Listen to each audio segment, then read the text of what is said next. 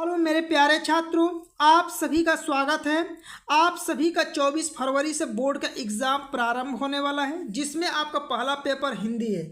आप सभी को हिंदी का वायरल पेपर कराने वाले हैं, जिसमें आप सभी को हिंदी का संपूर्ण हल बताएंगे और साथ में ये भी बताएंगे कि बोर्ड के एग्ज़ाम में हिंदी के कॉपी कैसे लिखें, जिससे एग्जामिनर आपको खुश होकर पूरा 95% हिंदी में नंबर दे दे। सिर्फ आपको कॉपी लिखने का सही तरीका यदि पता है तो आपको आसानी से 95% तक हिंदी में ला सकते हैं। देखिए, ये आपके सामने OMR सीट है। इस OMR सीट को आपको भर के बताएंगे कि बोर्ड के एग्ज़ाम में इस OMR सीट को आप कैसे भरेंगे। साथ में आपको बताएंगे कि बोर्ड के एग्ज़ाम में हिंदी के कॉपी कैसे आप लिखेंगे, जिससे एग्जामिनर आपका चाह के भी एक नंबर नहीं काटेंगे। बस आपको वो तरीका पता होना चाहिए कि कॉपी कैसे लिखा जाता है। ठीक है, तो देखिए, ये आपका हिंदी का एकदम रियल पेपर है। आप इसको स्किप नहीं कर सकते हैं। आप स्किप भी भूल के भी मत कीजिएगा, अन्यथा आप जानते हैं कि आपका ये प्रश्न जब बोर्ड के एग्ज़ाम में आएगा तो वहाँ पे आपका नंबर कम हो जाएगा। ठीक है, तो देखिए, ये आपका जो हिंदी का पेपर है, पेपर का शेयर DB है। आपको जो समय मिलेगा पेपर को हल करने के लिए 3 घंटा 15 मिनट का समय मिलता है और जो पूर्णांक रहेगा टोटल 70 नंबर का रहता है। अब यहाँ पे कुछ नोट दिए गए हैं। प्रारंभ के जो 15 मिनट रहेगा, परीक्षार्थी को प्रश्न पत्र पढ़ने के लिए निर्धारित किया जाता है कि 15 मिनट तक आप प्रश्न पत्र को पढ़ सकते हैं। इसके साथ में कुछ निर्देश दिए गए हैं। इस निर्देश को यहीं पे सीख लीजिए, जिससे आपको बोर्ड के एग्ज़ाम में किसी प्रकार का प्रॉब्लम ना हो। देखिए, पहला निर्देश है सभी प्रश्न आपको करना अनिवार्य है। साथ में इसके साथ दूसरा निर्देश है कि इस प्रश्न पत्र में 2 खंड होंगे, खंड अ और खंड ब। खंड अ जो रहता है इसमें बहुविकल्पी प्रश्न आपसे पूछे जाएंगे। तो यहाँ पे देख सकते हैं, अगला में दिया है कि खंड अ में 1 से 20 अंक बहुविकल्पी प्रश्न रहेगा, जिसका उत्तर OMR सीट पर देना है। तो आपको OMR सीट भरने का सही तरीका भी बताने वाले हैं कि OMR सीट कैसे भरेंगे। ठीक है, देखिए, खंड अ के प्रत्येक प्रश्न का निर्देश पढ़कर केवल प्रदत्त OMR उत्तर पत्र पर ही उत्तर चिन्हित करें। OMR उत्तर पत्र पर उत्तर देने के पश्चात उसे नहीं काटना है, न इरेजर न वाइटनर का प्रयोग। इसीलिए जब OMR सीट भरिएगा तो बहुत ज़्यादा ध्यान से भरिएगा, इसलिए कि उस पर काट पीट आपको नहीं करना रहता है। प्रश्न के अंक उसके सम्मुख अंकित रहेगा, यानी कौन से प्रश्न कितने नंबर का रहेगा हर प्रश्न के सामने लिखा रहेगा। ये खंड ब में 50 अंक का वर्णनात्मक प्रश्न रहेंगे आपके। खंड ब में सभी प्रश्न के उत्तर एक साथ ही देना रहेगा आपको। प्रथम प्रश्न पत्र से आरंभ कीजिए तथा अंतिम प्रश्न पत्र तक करते जाइए। जो प्रश्न ना आता हो उस पर आपको समय नष्ट नहीं करना है। ये कुछ सामान्य निर्देश थे। चलिए, प्रश्नों को हल करते हैं और साथ में OMR सीट आपको पहले भर के बता देते हैं कि OMR सीट जब आपको रहेगा इस प्रकार से तो कैसे भरेंगे। देखिए, इस प्रकार से रहेगा तो इसमें आपको कुछ नहीं करना है, इसको छोड़ देना रहता है, इसलिए कि ये आपको तरीका बताया रहता है कि इस तरीके से भरना है। यहाँ पे आपका खुद जिला का कोड लिखा रहेगा, केंद्र का कोड भी लिखा रहेगा, अनुक्रमांक आपका लिखा रहेगा, विषय का कोड भी आपका लिखा रहेगा। यहाँ पे प्रश्न पत्र संख्या जो है, देखिए ये प्रश्न पत्र है ना 801, तो ये आपका यहाँ पे लिखा रहेगा। अब 801 है, जैसे DB है तो यहाँ पे आपका DB भी लिखा रहेगा, ये सब लिखा रहेगा ना। और यहाँ पे आपका एक फ़ोटो लगा रहेगा, जो OMR सीट आपको मिलेगा ना उस पर यहाँ पे क्या रहेगा, आपका फ़ोटो रहता है। अब देखिए, इसके बाद आपको भरना क्या है, प्रश्न पत्र पर मार्का सीरीज भरना है। अब मार्का सीरीज का मतलब क्या होता है कि जैसे DB है ना, यही DB आपको भरना है। तो यहाँ पे पहला अक्षर D लिखेंगे और दूसरा अक्षर यहाँ पे क्या लिखना है, B लिखना है। देखिए, जब D लिख लेंगे तो इसमें देखिए D कहाँ पे है, उसको क्या करेंगे, भरेंगे। देखिए ये D है ना यहाँ पे, तो इसको गोला भरना मत छोड़िएगा। इसको देखिए ऐसे पर बाहर से भरिएगा, फिर इसके बाद इसको अंदर से इससे ब्लैक पेन से ही भरिएगा। ठीक है, जिससे OMR पर चेक करने में आसानी होता है। जैसे B है तो देखिए ये B है ना, तो इसको क्या करेंगे, ऐसे आप B वाला को भर लेंगे। ये आपको B के इस प्रकार से भरना है। ठीक है, इस प्रकार से भर लीजिएगा। इसके बाद देखिए, आपका जब कला का विषय रहेगा तो उस दिन आपको भरना रहेगा, अन्यथा छोड़ देना है। यहाँ पे अपना हस्ताक्षर कर लेंगे, परीक्षार्थी का हस्ताक्षर, यानी कि जो हस्ताक्षर यहाँ पे कर लेंगे। जैसे मान लीजिए जो हस्ताक्षर रहेगा यहाँ पे अपना हस्ताक्षर करना रहेगा। या केंद्र व्यवस्था के मोहर वो लगा देंगे, जो अध्यापक रहेंगे वो लगा देंगे, और कक्ष निरीक्षक अपना हस्ताक्षर कर देंगे। सिर्फ आपको यहाँ पे करना है, इस खाना को छोड़ देना रहेगा। फिर इसके बाद आपको इस प्रकार से नीचे रहेगा। अब देखिए नीचे जो रहेगा इसको कैसे भरना है, ये आपका भरा रहेगा। ये भी अनुक्रमांक आपको लिखा रहेगा उस पर, ये सब लिखा रहता है। बस यहाँ पे पहला अक्षर क्या है आपका D है, तो यहाँ पे आप D भर लीजिएगा। और यहाँ पे देखिए B है तो यहाँ पे आप B भर लेंगे। इसके अलावा जो ये खाना है, ये खाना, ये सब छोड़ देंगे। जब चित्रकला का पेपर रहेगा तभी इसको भरना रहता है, इसके अलावा छोड़ देना रहता है। यहाँ पे अपना हस्ताक्षर कर लेंगे, जो आपका हस्ताक्षर करने का तरीका होगा वो हस्ताक्षर कर लीजिएगा। ये अपना तो देख सकते हैं, यह जो अध्यापक रहेंगे वो यहाँ पे भरेंगे। अभी इसको बताएंगे कि इसमें आपको क्या लिखना है, ठीक है। तो चलिए पहले प्रश्न को हल करते हैं, फिर इसके बाद इसको समझाते हैं आपको, ठीक है। फिर भी किसी प्रकार का डाउट रहता है तो कमेंट बॉक्स में आप जरूर लिखिएगा। समझ में आ गया। अब देखिए ये आपके सामने पेपर है, इस पेपर को हल करके आपको सिखाते हैं और OMR शीट के भर के भी आपको बताएंगे। तो यहाँ पे देखिए आपका पहला प्रश्न है, बहुविकल्पी प्रश्न है। यहाँ पे पहला प्रश्न इसके सामने देखिए 1 नंबर का ये प्रश्न रहने वाला है। चिंतामणि के रचयिता है, ये आपके सामने 4 ऑप्शन है, 4 ऑप्शन को ध्यान से पढ़ के ही आंसर दीजिएगा।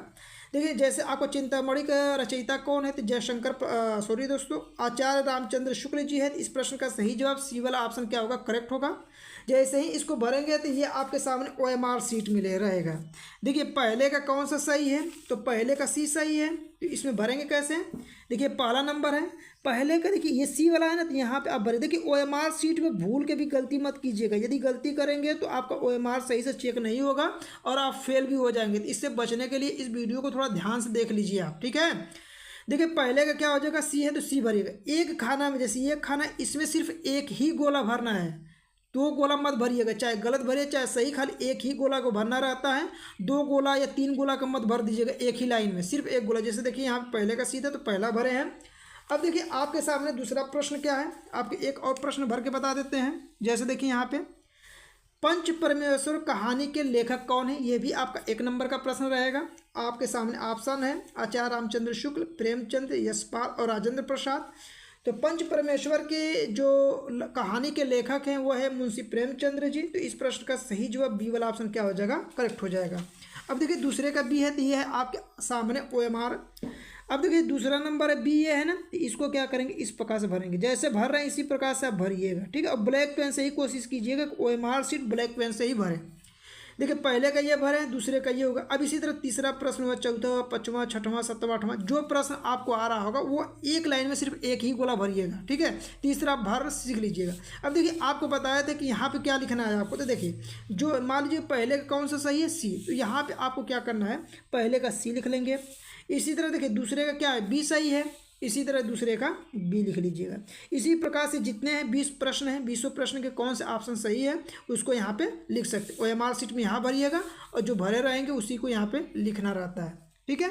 तो ये था आपको OMR शीट भरने का सही तरीका। इसी प्रकार से 20 प्रश्नों को भर लीजिएगा, ठीक है। फिर भी किसी प्रकार का डाउट होता है तो कमेंट में आप लिख के जरूर पूछिए। अब देखिए आपके सामने जो प्रश्न, इन प्रश्नों को बता देते हैं, सभी प्रश्नों को एकदम याद कर लीजिए। देखिए यहाँ पे है जयशंकर प्रसाद का नाटक नहीं है, तो कौन सा जयशंकर प्रसाद का नाटक नहीं है, तो इसका सही जवाब सी वाला ऑप्शन सही हो जाएगा, लहरों के राजहंस।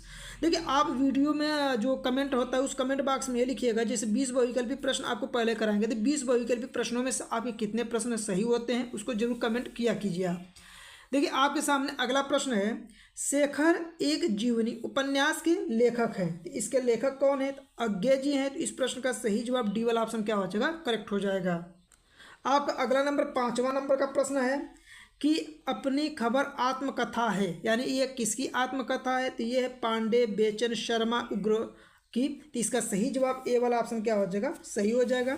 अगला देखिए 6वां नंबर का, भूषण किस युग के कवि हैं, तो जो भूषण है आपके रीतिकाल के कवि हैं। तो इस प्रश्न का सही जवाब बी वाला ऑप्शन क्या हो जाएगा, करेक्ट हो जाएगा। अगला प्रश्न आप देखिए, ललित ललाम रचना है, तो ललित ललाम जो रचना है किसकी रचना है, तो ये ललित ललाम जो है मतीराम की है। तो इस प्रश्न का सही जवाब ए वाला ऑप्शन क्या हो जाएगा, सही हो जाएगा कि ललित ललाम जो रचना है मतीराम की है। अगला प्रश्न आपके सामने है, देखिए अगला 8वां नंबर का है कि यशोधरा रचना है, यह भी आपका 1 नंबर का प्रश्न रहता है कि यशोधरा किसकी रचना है, तो यशोधरा जो है मैथिली शरण गुप्त की रचना है। तो इस प्रश्न का सही जवाब डी वाला ऑप्शन सही हो जाएगा कि यशोधरा किसके द्वारा लिखा गया है, मैथिली शरण गुप्त के द्वारा लिखा गया है। अगला प्रश्न 9 नंबर का देखिए, आंगन के पार द्वार रचना है, ये भी 1 नंबर का है, तो किसके द्वारा लिखा गया है, तो आंगन के जो पार द्वार है ये अज्ञेय जी के द्वारा लिखा गया है। तो इस प्रश्न का सही जवाब बी वाला ऑप्शन क्या हो जाएगा, करेक्ट हो जाएगा। अगला प्रश्न आप ध्यान दीजिए, जितने भी प्रश्न बता रहे हैं सभी प्रश्नों के एकदम दिमाग में छाप लीजिए, ठीक है। दीपशिखा काव्य संग्रह रचना है किसका है, ये भी आपका 1 नंबर का रहता है। तो ये है महादेवी वर्मा का। दीपशिखा किसकी रचना है, तो महादेवी वर्मा किया है। अगला प्रश्न ध्यान दीजिए, करुण रस का अस्थाई भाव क्या होता है। तो करुण रस का जो अस्थाई भाव होता है वो होता है आपका शोक। तो इस प्रश्न का सही जवाब क्या होगा, डी वाला ऑप्शन क्या हो जाएगा, करेक्ट हो जाएगा कि करुण रस का अस्थाई भाव शोक होता है। अगला प्रश्न देखिए यहाँ पे, अगला प्रश्न आपका क्या है, चरण कमल बंदो हरिराई में पूछ रहा है कि अलंकार कौन सा है, कि इसमें कौन सा अलंकार है। देखिए चरण कमल बंदो हरिराई में जो अलंकार आपका आता है वो होता है रूपक अलंकार। तो इस प्रश्न का सही जवाब क्या होगा, सी वाला ऑप्शन क्या हो जाएगा, आपका सही हो जाएगा।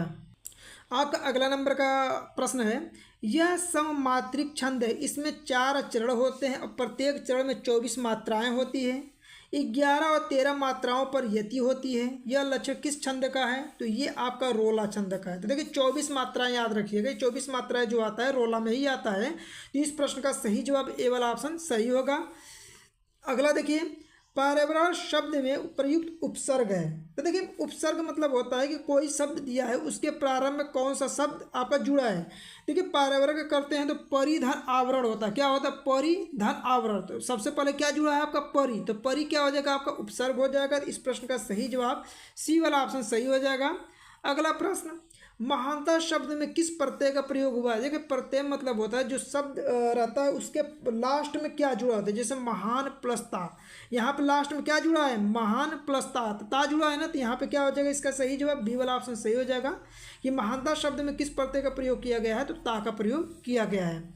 अगला प्रश्न, सुख दुख में समास पूछता है। तो देखिए जब इस प्रकार का हलंत चिन्ह रहता है, यहाँ पे जब समास पूछता है सुख दुख में, तो यहाँ पे हमेशा द्वंद्व समास होता है। कौन सा समास, द्वंद्व। जैसे माता पिता, दुख सुख, ठीक है। इस प्रकार से जब भी प्रश्न है और उसमें पूछे समास, तो उसमें हमेशा कौन सा समास होता है, द्वंद्व समास होता है।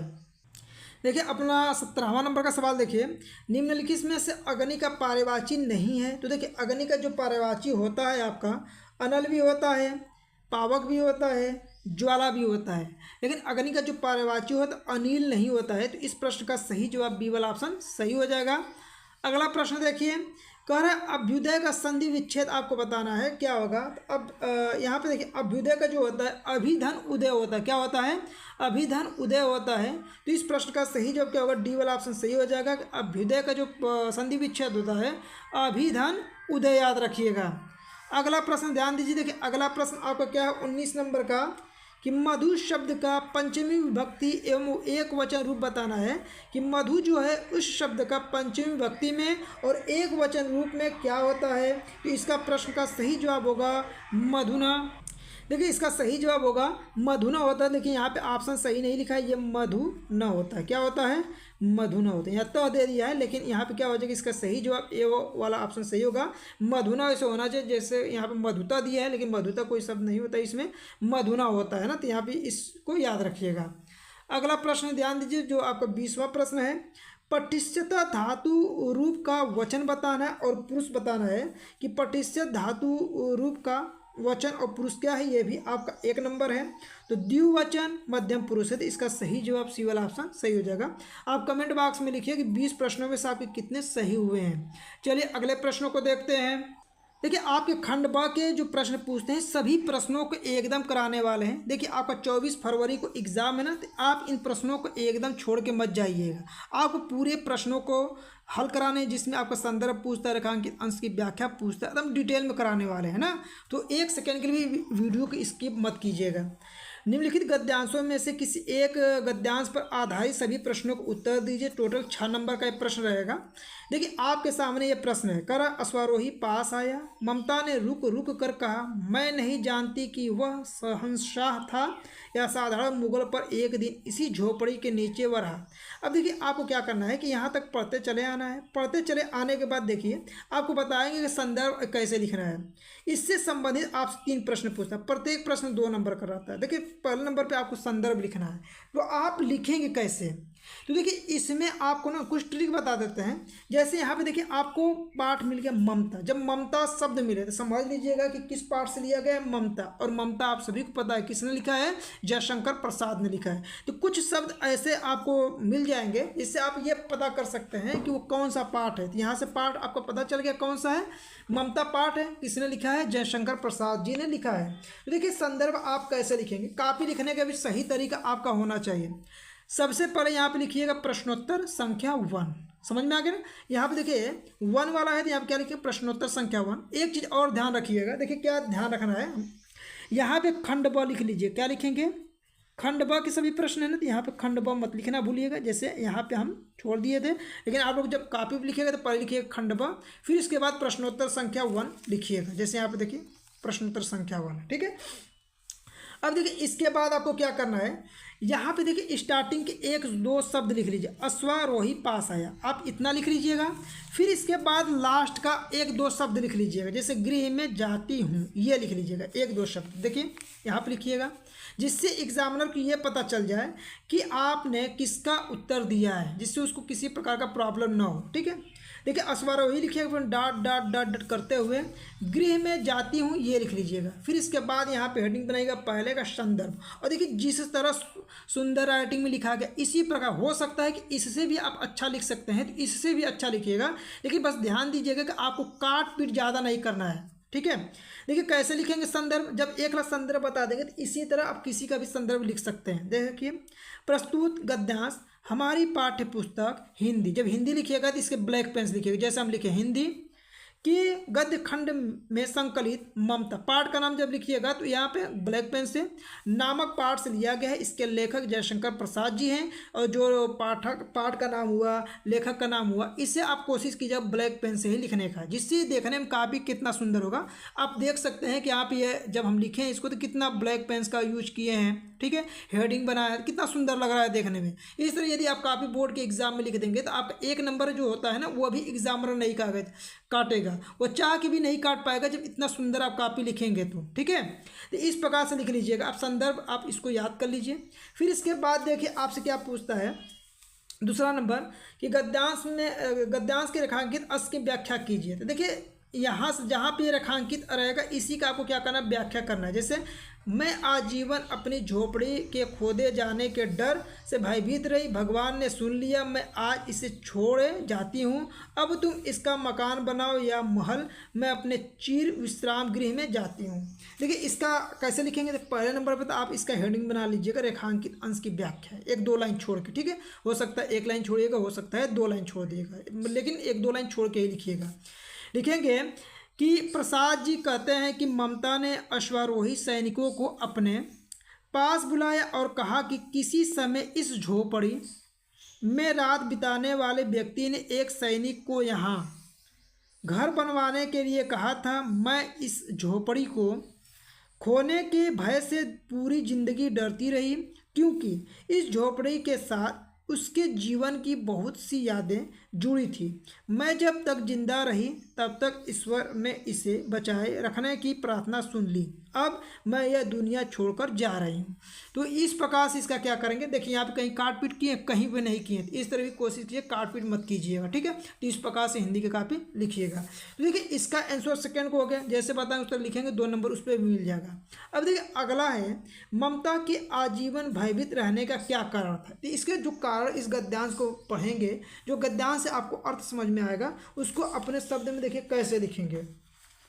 तो यहाँ पे देखिए आप 1 लाइन में यही उत्तर देंगे इसका। देखिए क्या है आपका तीसरा का, ममता आजीवन अपनी झोपड़ी खोदने के डर से भयभीत रही। और यहाँ पे देखिए जब इसको पढ़ेंगे इस लाइन को तो इसमें से आपको ही इसका आंसर मिल जाएगा। किस डर से, तो डर जाती भय थी किससे, झोपड़ी के खोदने से। तो ये शब्द आप यहाँ पे लिख सकते हैं, ठीक है। तो इस प्रकार से जैसे आपको बताएं इसी प्रकार से बोर्ड के एग्जाम में लिखिएगा। तो कापी लिखने का तरीका भी पता चल गया होगा, लेकिन आप सभी को सारे प्रश्नों का उत्तर आपको बताने वाले हैं। अब देखिए आपको अथवा में देता है, चाहे ऊपर जो प्रश्न पता उसको कर सकते हैं, या इसके अलावा ये आपके सामने है, इसका आपको समझ में आएगा तो इसका भी उत्तर दे सकते हैं। तो देखिए आप इसका भी संदर्भ लिख सकते हैं, रेखांकित अंश की व्याख्या कर सकते हैं, कलाकारों के हाथों से क्या क्या सिरजते चले गए। तो दोनों में से कोई एक ही करना था, एक प्रश्न आपको बता दिए, एक प्रश्न करना चाहे तो इसको भी आप तैयार कर सकते हैं। देखिए आपका दूसरा नंबर का प्रश्न है, ये भी आपका कितने नंबर का रहा था? 6 नंबर का। देखिए प्रश्न क्या पूछता है, निम्नलिखित में से किसी एक पद्यांश पर आधारित प्रश्नों का उत्तर दीजिए। अब देखिए इसमें भी संबंधित आपसे 2 प्रश्न पूछता है, एक तो ऊपर पद्यांश देता है, एक नीचे पद्यांश देता है। दोनों पद्यांशों में से जो आपको आता हो बोर्ड के एग्जाम में कर सकते हैं। हम आप सभी को ये पद्यांश का उत्तर बताते हैं। जैसे देखिए, पूर्व में निकसी रघुबीर बघु धीर धरी धीर दय मग में डग दवे, झलकी भरी भाल कनी जल की पूत सुखी गए मधुराधर। ठीक है, तो यहाँ से यहाँ तक आपको क्या करना है, पढ़ना है। देखिए इसको कैसे आप लिखें, इसमें भी संदर्भ पूछा है। इसमें पूछा है आपका श्री राम के नेत्रों से आंसू क्यों बहने लगे। फिर इसके बाद पूछा है कि रेखांकित अंश प्रकुटी करहियोंकित में कौन सा अलंकार है। ठीक है, तो देखिए यहाँ पे रघुवीर, ठीक है, और यहाँ पे आपको क्या, पूर्व में निकसी रघुवीर। देखिए यहाँ पे रघुवीर किसके लिए थे, कृष्ण के लिए यूज किया गया। कृष्ण का प्रयोग किसमें किया गया, धनुष भंग वन में किया गया है। किसमें ज़्यादा प्रयोग किया गया है, धनुष भंग वन में। इस पाठ का नाम हो जाएगा। तो देखिए आप इसका संदर्भ कैसे लिखेंगे, तो यहाँ पे देख लीजिए आप। देखिए आपको लिखना रहेगा तो पहले संकेत लिख लीजिए पूर्व में, ये डाट डाट डाट चली चल भयो।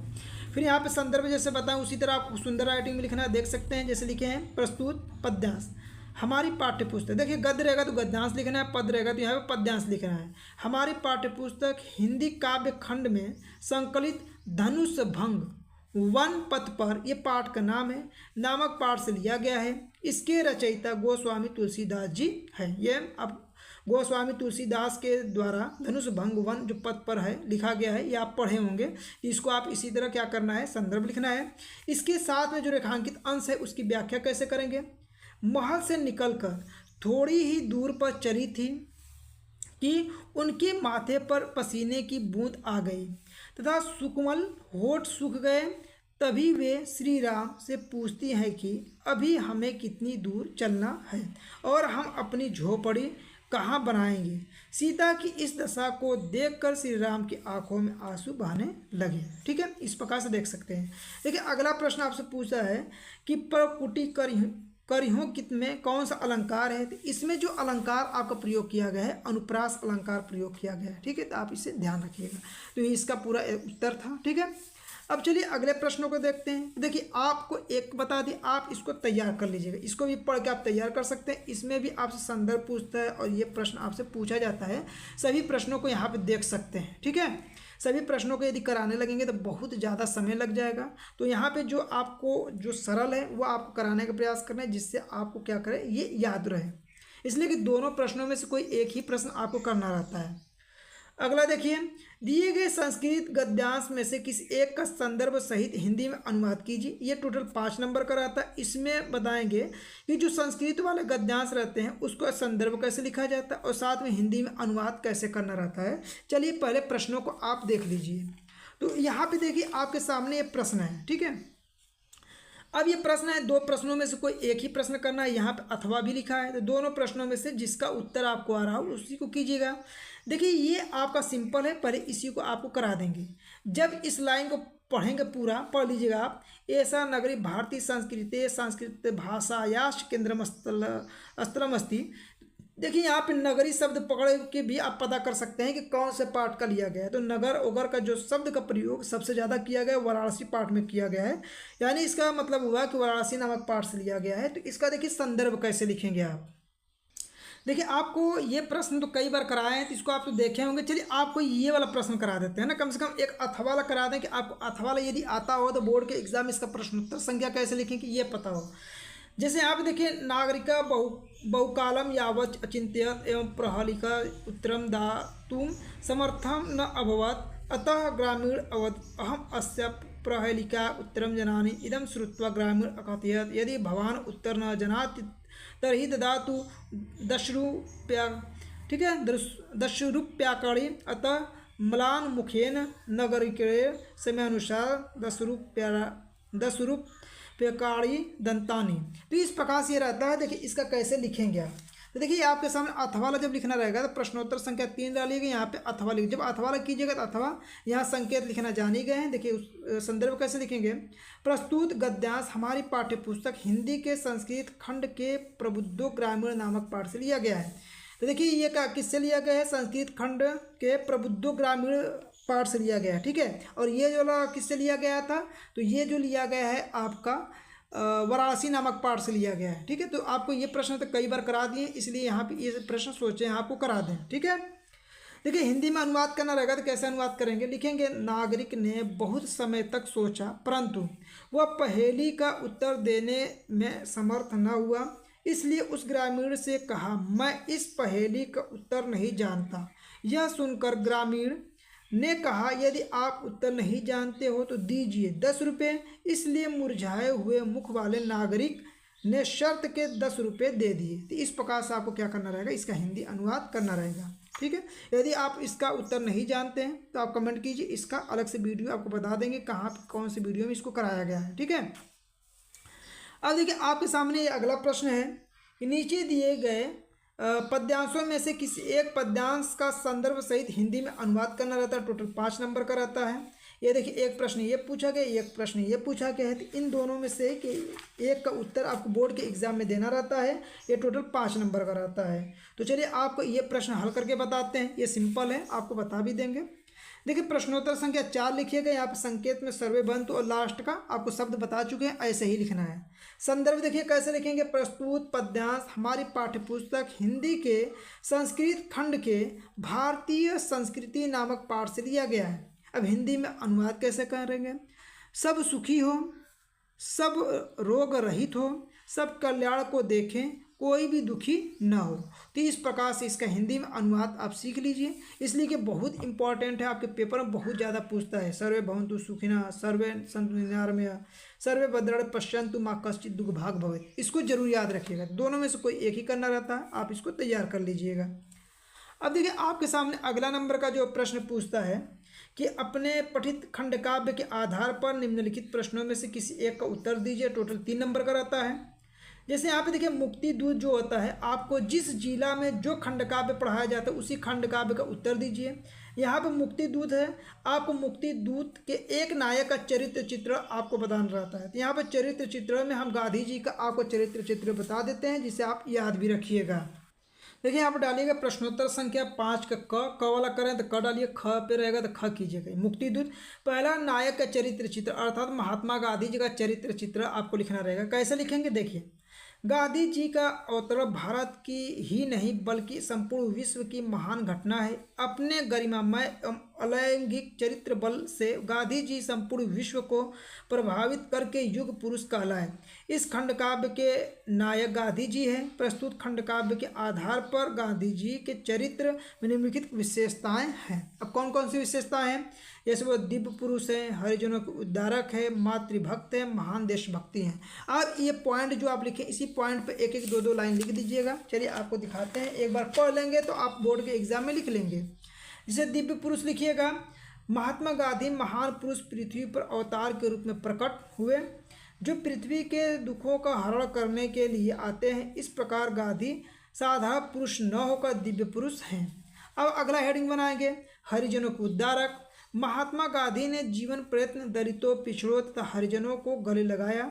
गांधी के जीवन का मुख्य उद्देश्य भी हरिजनों के उद्धार करना था। इसके साथ में आप लोग अगला लिखेंगे, मातृभक्त। गांधी जी माँ के प्रति श्रद्धा और भक्ति की भावना रखते थे। गांधी जी ने उदारता, परोपकार, दया तथा सत्यता आदि गुणों को माँ से ही सीखा था। ठीक है, तो ये पूरा आप देख सकते हैं, समझ में आ गया। अब देखिए एक हेडिंग और बना लेंगे। अब अगला हेडिंग क्या बनाएंगे, लास्ट, महान देशभक्त। तो देखिए यहाँ पर लिखेंगे कि देशवासियों की दुर्दशा देखकर गांधी जी का हृदय व्यथित हो जाता है और वे जीवन के अंतिम सांस तक देश की सेवा की। सचमुच महात्मा गांधी स्वयं का सुख वैभव त्याग कर सारा जीवन देश सेवा में अर्पित कर देते हैं। ये था आपका चरित्र चित्र। इस तरह नायक का चरित्र चित्र बोर्ड के एग्जाम में लिख दीजिएगा। ठीक है, आप इसको जरूर याद कर लीजिए, हर साल बोर्ड के एग्जाम में आता है। देखिए इसी प्रकार का ये पूछता, इन दोनों में से कोई एक ही प्रश्न आपको करना रहता है, इसलिए जो आपके जिला में पढ़ाया जाता होगा इसको आप कर सकते हैं। आपको सभी प्रश्न दिखा दे रहे हैं। ठीक है, देखिए आपको जिस जिला में जो पढ़ाया जाता है सिर्फ एक ही, दोनों में से एक ही करना रहता है। इसके अलावा जितना दिखाएंगे सभी को छोड़ देना रहेगा। ये देख सकते हैं सारे प्रश्न। आपको सभी प्रश्नों को आपको जिस जिला में जो पढ़ाया जाता है इसको करना रहेगा, अन्यथा सभी प्रश्नों को सिर्फ एक करके छोड़ देंगे। अब देखिए आपके सामने अगला है 6वां नंबर का प्रश्न। दिए गए लेखकों में से किसी एक लेखक का जीवन परिचय देते हुए उनकी एक प्रमुख रचना का उल्लेख कीजिए। टोटल 5 नंबर का प्रश्न रहेगा। तो चलिए जीवन परिचय भी आपको बता देते हैं। ये आपके सामने है, 3 में से किसी एक का ही जीवन परिचय लिखना रहेगा। जैसे आचार्य रामचंद्र शुक्ल हुए, डॉक्टर भगवत सरल उपाध्याय हुए, जयशंकर प्रसाद। आप जरूर जयशंकर प्रसाद हुआ, आचार्य रामचंद्र शुक्ल हुआ, इन दोनों का, इसके साथ में डॉक्टर राजेंद्र प्रसाद। सिर्फ 3 का जीवन परिचय याद रहेगा। तो तीनों में से कोई एक न एक बोर्ड के एग्जाम में हर साल पूछता है। आपको चलिए आचार्य रामचंद्र शुक्ल का जीवन परिचय बता देते हैं। देखिए आपके सामने यहाँ पे लिखे हैं आचार्य रामचंद्र शुक्ल का जीवन परिचय। कैसे लिखेंगे, आपको मेन ये याद होना चाहिए, संक्षिप्त जीवन परिचय आपको याद होना चाहिए। जैसे नाम आचार्य रामचंद्र शुक्ल, जन्म कहाँ हुआ 1884, जन्म स्थान बस्ती, जिला अगोना गांव उत्तर प्रदेश में, पिता का नाम चंद्रबली शुक्ल, मृत्यु कब हुआ 1941 में। मेन ये है, यदि आपको ये संक्षिप्त याद है इसको तो आप बना के लिख देंगे। ठीक है, देखिए जीवन परिचय। आचार्य रामचंद्र शुक्ल का जन्म 1884 ईस्वी में बस्ती जिले के अगोना गांव में हुआ था। इनके पिता का नाम चंद्रबली शुक्ल था। इंटरमीडिएट में आते ही इनकी पढ़ाई छूट गई। ये सरकारी नौकरी करने लगे, लेकिन कुछ समय के बाद मिर्ज़ापुर के मिशन स्कूल में चित्रकला अध्यापक हो गए। इसके बाद देखिए आप थोड़ा सा ये कहानी टाइप एक देख लीजिए। बाद में स्वयं हिंदी, अंग्रेजी, संस्कृत, उर्दू, फारसी आदि का ज्ञान प्राप्त किए। काशी नगरी प्रचारणी सभा के से जुड़कर शब्द सागर के सहायक संपादक का कार्यभार संभाला। शुक्ल जी निबंध, आलोचना, कविता आदि क्षेत्र के सर्वोपरि स्थान है। श्वास का दौरा पड़ने के कारण 1941 ईस्वी में इनकी मृत्यु हो गई। अब इनकी प्रमुख जो रचनाएं हैं वो थोड़ा सा रचना 1-2 याद रखिएगा, 2, 3, 4 याद रखिएगा, इसलिए कि रचना के लिए अलग से नंबर मिलता है। इनकी रचनाएं निम्नलिखित है। निबंध चिंतामणि, विचार विधि। आलोचना क्या था, रसमीमांसा, त्रिवड़ी, सूरदास। संपादन क्या था इसका, तुलसी ग्रंथावली, जायसी ग्रंथावली, आनंद कादम्बरी आदि। बस इतना ही आप इनके बारे में याद रखिए। ठीक है, अब देखिए आपके सामने अगला नंबर का प्रश्न है ख वाला। कह रहा है कि दिए गए कवियों में से किसी एक कवि का जीवन परिचय, उनकी प्रमुख रचना को उल्लेख कीजिए। जैसे गोस्वामी तुलसीदास, रसखान, सुमित्रानंद पंत, मैत्री शरण गुप्त। इसमें से किसी एक का ही जीवन परिचय आपको लिखना रहता है। आप सभी को ये बोर्ड के एग्जाम में 5 नंबर का प्रश्न पूछता है। तो चलिए इसमें आपको गोस्वामी तुलसीदास का जीवन परिचय आपको बता देते हैं। देखिए आपका 6वां का ख है, तो यहाँ पे देखिए, यहाँ पे 6वां का ख 6वां का ख का पहला है ना, तो 6वां का ख डाल दीजिएगा प्रश्नोत्तर संख्या, फिर जीवन परिचय डालिएगा, फिर पहला तुलसीदास नाम डाल दीजिएगा। पहले सबसे पहले आप संक्षिप्त परिचय लिखिएगा। जैसे जन्म कब हुआ था 1532, मृत्यु कब हुआ 1623, जन्म स्थान राजापुर चित्रकूट उत्तर प्रदेश, और माता का नाम हुलसी, पिता का नाम आत्माराम दुबे, गुरु का नाम नरहरि दास, पत्नी का नाम रत्नावली, रचनाएं रामचरितमानस, कवितावली, गीतावली, दोहावली आदि। मेन ये है, यदि आप इतना भी लिख देंगे तो एग्जामिनर आपको पूरा नंबर देगा। ठीक है, इसके अलावा देखिए तो संक्षिप्त परिचय था। इसके अलावा आप कॉपी में कैसे लिखेंगे, तो देखिए आपके सामने ऐसे लिखना है। अब आपको संक्षिप्त परिचय लिखने के बाद इसको उसी को वाक्य में लिखना है। जीवन परिचय आपको बता रहे हैं, एक बार ध्यान से देख लीजिए, देख लेंगे कहानी टाइप याद हो जाएगा। तुलसीदास का जन्म चित्रकूट जिले के राजापुर नामक गांव में सन 1532 ईस्वी में हुआ था। इनके पिता का नाम आत्माराम दुबे और माता का नाम हुलसी था। मूल नक्षत्र में जन्म होने के कारण इनके माता पिता ने इन्हें त्याग दिया था। नरहरि दास ने इनका पालन पोषण किया था। काशी के शेष सनातन नामक विद्वान ने उन्हें वेदों, पुराण आदि ग्रंथों का ज्ञान कराया था। ठीक है, इनका विवाह रत्नावली से हुआ था।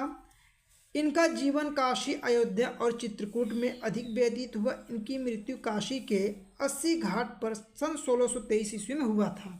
फिर इसके बाद इनकी कुछ प्रमुख रचनाएं लिखेंगे, जैसे रामचरितमानस, विनय पत्रिका, कवितावली, गीतावली, दोहावली आदि। तो इस प्रकार से आप देख चुके हैं, इसको आप जरूर याद रखिएगा। ठीक है, बोर्ड के एग्जाम में 100% आता है। अब देखिए आपके सामने अगला नंबर का प्रश्न है। आपका अगला नंबर का प्रश्न 7वां नंबर का क्या है कि अपनी पाठ्य पुस्तक में से कंठस्थ कोई एक श्लोक लिखिए जो इस प्रश्न पत्र में ना आया हो। टोटल 2 नंबर का ये प्रश्न रहता है। देखिए प्रश्नोत्तर संख्या 7 का उत्तर में यहाँ पे आपको 2 लिख के बता दिए हैं। जिससे आप दोनों में से जो आपको सही लगे वो कंटेस्ट कर सकते हैं। दोनों में से कोई भी एक कंटेस्ट कर लीजिएगा। जैसे सर्वे भवन्तु सुखिनः, सर्वे सन्तु निरामया, सर्वे भद्राणि पश्यन्तु मा कश्चित् दुःखभाग् भवेत्। ठीक है, लेकिन आपको ये चीज़ ध्यान देना है कि जो इस पाठ में नहीं आया है उसी को यहाँ पे लिखना है, जो आया रहेगा उसको नहीं लिखना है। जैसे आपके पाठ में ये आ चुका है सर्वे भवन्तु सुखिनः, सर्वे सन्तु निरामया, इस पेपर में ये आ चुका है तो इसको मत लिखिएगा। इसके अलावा आप क्या कर सकते हैं, इसको याद रखेंगे, मरणं मंगलम यत्र विभूतिश्च विभूषणम, कौपिनम यत्र कौशयम सा काशिकेन मियते। तीन दोनों में से कोई एक ही आप याद कर लीजिएगा। ठीक है, तो जो पेपर में रहेगा उसके अलावा कोई दूसरा ही लिखना रहता है आप। ठीक है, अब देखिए आपके सामने अगला प्रश्न क्या है। यहाँ पे देखिए 4 नंबर का प्रश्न पूछेगा, निम्नलिखित में से किन्हीं 2 प्रश्नों को उत्तर संस्कृत में देना है। तो यहाँ पे 4 प्रश्न पूछा जाएगा, 4 में से केवल 2 ही का उत्तर देना रहता है, लेकिन यहाँ पे आपको चारों प्रश्नों को उत्तर बता देते हैं, जिससे बोर्ड के एग्जाम में कोई भी याद रहेगा तो आप लिख सकते हैं। तो यहाँ पे देखिए पहला आपसे प्रश्न पूछा है, वीर केन पूज्यते, तो इसका उत्तर कैसे लिखेंगे। उत्तर लिखिएगा कि वीर वीरेण पूज्यते। पहला का उत्तर बस इतना ही लिखना है, इस पर 2 नंबर आपको मिल जाएगा। अगला है पदेन बिना की दूरम याति, तो इसका उत्तर लिखिएगा पत्रम पदेन बिना दूरम याति, इसका उत्तर ये होगा। अगला है चंद्रशेखर का आसीत, तो यहाँ पर उत्तर लिखेंगे चंद्रशेखर एक प्रसिद्ध क्रांतिकारी देशभक्त च आसीत। ठीक है, तो इस तरह जैसे बता रहे हैं इसी तरह उत्तर आपको संस्कृत में ही देना रहेगा।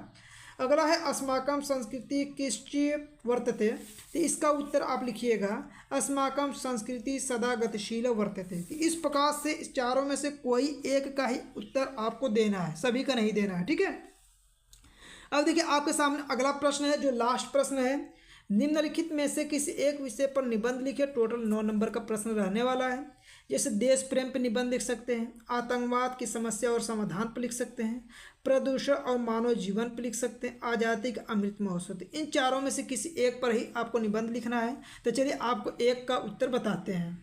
देखिए आपको आतंकवाद पर निबंध लिखने का सही तरीका बताता है कि आतंकवाद पर कैसे निबंध लिखेंगे। पहले प्रश्नोत्तर संख्या 9A लिखिएगा। निबंध में पहले देखिए जिस पे लिखना रहेगा उसका यहाँ पे बना लीजिए, पहले का पहला, दूसरे का दूसरा, तीसरे का तीसरा, जो नंबर होगा आप नंबरिंग डाल सकते हैं यहाँ पे। आतंकवाद के कारण निवारण, देखिए आपका आतंकवाद कारण निवारण कहे, चाहे आपसे आतंकवाद की समस्या और समाधान कहे, कोई भी हेडिंग आतंकवाद पे देता है तो जो यहाँ पे आपको बताने वाले हैं बस यही आपको लिखना है। पहले नंबर पर सबसे पहले संकेत बिंदु लिखिएगा। संकेत बिंदु पहले लिखिएगा आतंकवाद क्या है, आतंकवाद का प्रभाव क्या पड़ता है, फिर आतंकवाद का निवारण कैसे करेंगे, क्या आतंकवाद का समाधान संभव है, आतंकवाद विरोधी दिवस और निष्कर्ष। ये पॉइंट आप हेडिंग के तौर पे पहले संकेत बिंदु, मतलब जो आपको आतंकवाद से संबंधित पॉइंट याद होगा उसको हेडिंग बना लीजिएगा। हेडिंग बनाने के बाद आप जो हेडिंग बनाएगा उसको लिखिएगा, उसके बारे में 2-2 लाइन लिख दीजिएगा कम से कम। देखिए आतंकवाद क्या है, तो देखिए आप लिखते हैं आतंकवाद एक ऐसी समस्या है जिसमें संगठित या असंगठित सदस्य हिंसा करते हैं ताकि वे अपने राजनैतिक, सामाजिक, धार्मिक या आत्मघात उद्देश्यों को पूरा कर सकें। तो ये हुआ, 1-2 लाइन बस लिखना रहता है, बहुत ज़्यादा लिखने का प्रयास मत कीजिए। इसलिए देखिए यहाँ पे 2-2, 3-3 लाइन ही लिख के आपको केवल बताने वाले हैं। ठीक है, अब देखिए अगला हेडिंग आपको बताने वाले हैं, तो ये समझ में आ गया होगा आपको। देखिए आपका दूसरा नंबर का प्रश्न है आतंकवाद का कारण क्या है, कैसे लिखेंगे। आतंकवाद के कारण विभिन्न हो सकते हैं, जैसे कि राजनीतिक हो सकता है, सामाजिक हो सकता है, आर्थिक असमानता हो सकता है, धार्मिक और जातिगत विवाद और भ्रष्टाचार हो सकता है। ठीक है, आतंकवाद के प्रभाव क्या होते हैं, तो आतंकवाद के प्रभाव शामिल सुरक्षा समस्या, आर्थिक हानि, समाज में दुर्भावना शामिल हो सकता है। इसके कारण आतंकवाद का निवारण कैसे करेंगे। आतंकवाद के निवारण के उपाय में शिक्षा, समाज और आर्थिक सुधार, सुरक्षा सुदृढ़ करना चाहिए। इसके बाद क्या आतंकवाद का समाधान संभव है। हाँ, आतंकवाद का समाधान संभव है, लेकिन यह कठिन प्रक्रिया है जो सामाजिक, राजनीतिक और आर्थिक सुधार की आवश्यकता है। अगला हेडिंग बना लेंगे आतंकवाद विरोधी दिवस कब मनाया जाता है। 21 मई को आतंकवाद दिवस मनाया जाता है। निष्कर्ष इसका क्या निकल रहा है, आतंकवाद एक भयानक समस्या है जिसे समाज और सरकार को मिलकर समाधान करना होगा। शिक्षा, सामाजिक सुधार, सुरक्षा और सहयोग से हम इस महामारी से निपट सकते हैं। ठीक है। तो ये था पूरा संपूर्ण 70 नंबर का पेपर। इस 70 नंबर के पेपर को 1-2 बार देख के सभी प्रश्नों को एकदम समझ लीजिए और काफ़ी जैसे लिखे थे इसी तरह बोर्ड के एग्जाम में प्रयास कीजिएगा लिखने का। इस तरह यदि आप लिख देते हैं तो एग्जामिनर एकदम प्रसन्न होकर पूरे का पूरा नंबर देगा, एक नंबर भी आपका नहीं काटेगा। ठीक है, सकते हैं DA। इस पेपर को जरूर आप संपूर्ण हल करें।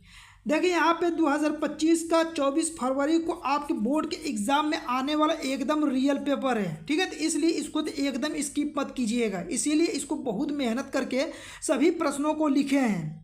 देखिए सबसे पहले आप यहाँ पे अनुक्रमांक लिखिएगा और अपना नाम लिख दीजिएगा। फिर इसके बाद देखिए यहाँ पे पूर्णांक दिया है जो 70 नंबर का रहेगा। समय जो रहेगा 3 घंटा 15 मिनट का आपको समय मिलेगा कि इस प्रश्न पत्र को आपको इतने समय में हल करना रहेगा।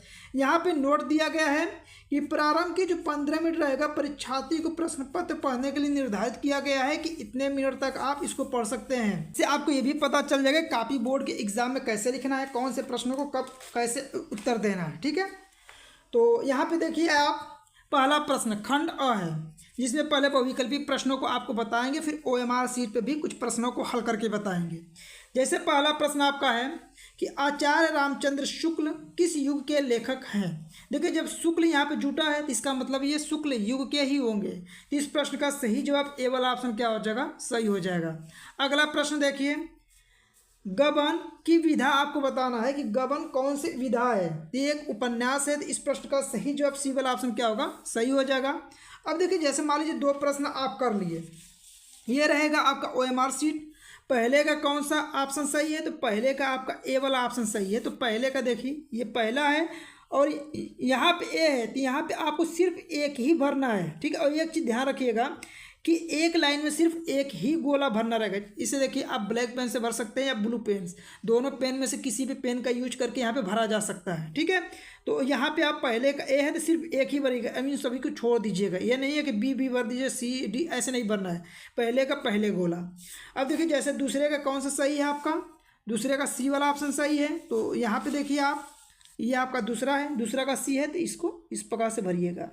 ठीक, तो इस लाइन में सिर्फ एक ही गोला भरना है, दूसरे में C है तो सिर्फ एक ही गोला, तीसरा भरना रहेगा तो इसमें से जो ऑप्शन होगा चौथे में इसमें मतलब भरना रहेगा आपको इस तरह ना। तो समझ में आ गया होगा। तो चलिए आप सीधे प्रश्नों को बता देते हैं, सभी प्रश्नों को एकदम याद रखिएगा। तो OMR शीट भरने का सही तरीका वही होता है जैसे आपको समझाए हैं, वही OMR शीट आपके बोर्ड के एग्जाम में भी आएगा। अगला देखिए कंकाल के लेखक के बारे में बताना है। कंकाल के लेखक कौन है, तो कंकाल के लेखक जो हैं जयशंकर प्रसाद जी हैं। तो इस प्रश्न का सही जवाब बी वाला ऑप्शन क्या हो जाएगा, सही हो जाएगा।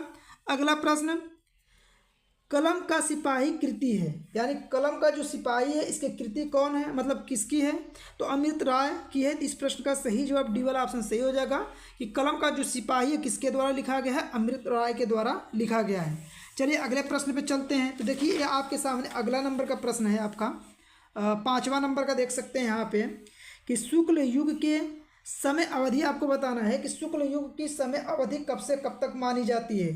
तो देखिए शुक्ल युग की जो समय अवधि है 1919 ईस्वी से लेकर 1938 ईस्वी के जो बीच का समय है वो शुक्ल युग की समय अवधि मानी जाती है। तो इस प्रश्न का सही जवाब बी वाला ऑप्शन क्या हो जाएगा, सही हो जाएगा। अगला प्रश्न देखिए साकेत रचना है, आपको साकेत के बारे में बताना है ये किसकी रचना है। ठीक है, तो जो साकेत है मैथिली शरण गुप्त के द्वारा लिखा गया है। तो इस प्रश्न का सही जवाब डी वाला ऑप्शन क्या हो जाएगा, सही हो जाएगा। अगला प्रश्न महादेवी वर्मा कवयित्री हैं, यानी कि आपको बताना है कि महादेवी वर्मा है इसमें से किस युग की कवयित्री हैं। तो देखिए इस प्रश्न का सही जवाब हो जाएगा सी वाला ऑप्शन क्या होगा, सही हो जाएगा कि महादेवी वर्मा जो है छयवादी युग की कवि हैं। ठीक है, अगला प्रश्न है गंगा लहरी रचना है, यानी गंगा लहरी जो है किसके द्वारा लिखा गया है ये बताना है। देखिए गंगा लहरी जो है आपका, देखिए इसका सही जवाब ए वाला ऑप्शन सही हो जाएगा। गंगा लहरी जो है पद्माकर के द्वारा लिखा गया है। ठीक है, 9 नंबर का प्रश्न आपका है कि आधुनिक काल की समय सीमा कब से मानी जाती है। तो आधुनिक काल की समय सीमा जो है 1843 ईस्वी से लेकर अब तक का जो समय है वो आधुनिक काल का समय सीमा माना जाता है। तो इस प्रश्न का सही जवाब डी वाला ऑप्शन क्या हो जाएगा, करेक्ट हो जाएगा। अगला प्रश्न महादेवी वर्मा की रचना नहीं है, यानी महादेवी वर्मा के द्वारा इन ऑप्शनों में से कौन सी रचना नहीं किया गया है, ये आपको बताना है। देखिए, निहार जो हुआ और संध्या गीत हुआ और दीप शिखा, ये महादेवी वर्मा के द्वारा लिखा गया है, जबकि युगांतर जो है महादेवी वर्मा के द्वारा नहीं लिखा गया है। तो इस प्रश्न का सही जवाब सी वाला ऑप्शन सही हो जाएगा। अगला प्रश्न, हास्य रस का अस्थाई भाव क्या होता है? तो हास्य रस का जो अस्थाई भाव होता है वो हास होता है। तो इस प्रश्न का सही जवाब बी वाला ऑप्शन क्या होगा, सही हो जाएगा कि हास्य रस का अस्थाई भाव हास होता है।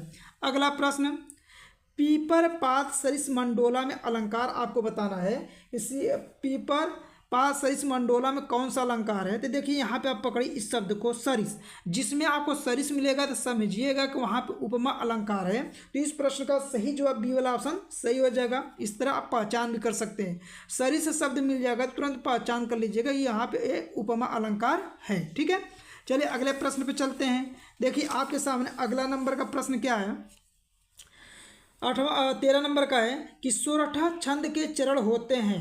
तो सोरठा जो छंद हो, चाहे सोरठा हो चाहे रोला, उसमें कितने चरण होते हैं? तो टोटल 4 चरण होते हैं। तो इस प्रश्न का सही जवाब ए वाला ऑप्शन सही हो जाएगा। देखिए आपसे सोरठा पूछे चाहे रोला पूछे, दोनों में आपके 4 चरण ही होते हैं और सोरठा और रोला ही आपसे बोर्ड के एग्जाम में केवल पूछा जाएगा। अगला देखिए, उपदेश शब्द में प्रयुक्त उपसर्ग है। तो उपदेश में जो आपका प्रयुक्त उपसर्ग उप है, क्या है इसमें जुड़ा है? उप है। तो यहाँ पे सही जवाब क्या होगा, सी वाला ऑप्शन सही हो जाएगा। उपदेश शब्द में प्रयुक्त जो उपसर्ग है उप है। अगला प्रश्न यहाँ ध्यान दीजिए, प्रत्यय के कितने भेद होते हैं? तो प्रत्यय के 2 भेद होते हैं। तो इसका सही जवाब डी वाला ऑप्शन सही होगा। अगला प्रश्न, हानि लाभ में समास है। देखिए इस प्रकार से जब भी आपको हलंत मिलेगा तो वहाँ पे आपको बता रहे हैं बार बार कि द्वंद्व समास होता है। कौन सा समास? द्वंद्व। इस प्रश्न का सही जवाब ए वाला ऑप्शन सही हो जाएगा। जहाँ पे इस प्रकार से आपको मिल जाए, जैसे सुख दुख, तो हलंत मिलता है ना, तो उसमें द्वंद्व समास ही होता है। चलिए अगले प्रश्न पर चलते हैं। तो देखिए आपके सामने अगला नंबर का प्रश्न क्या है, देखिए 17 नंबर का, कि मछली का पारिवाची आपको बताना है कि मछली का पारिवाची क्या होता है। तो मछली का पारिवाची इस ऑप्शन के अनुसार क्या होगा, तो मीन होता है। मछली का पारिवाची क्या होता है? मीन होता है। तो इस प्रश्न का सही जवाब बी वाला ऑप्शन क्या होगा, सही होगा आपका।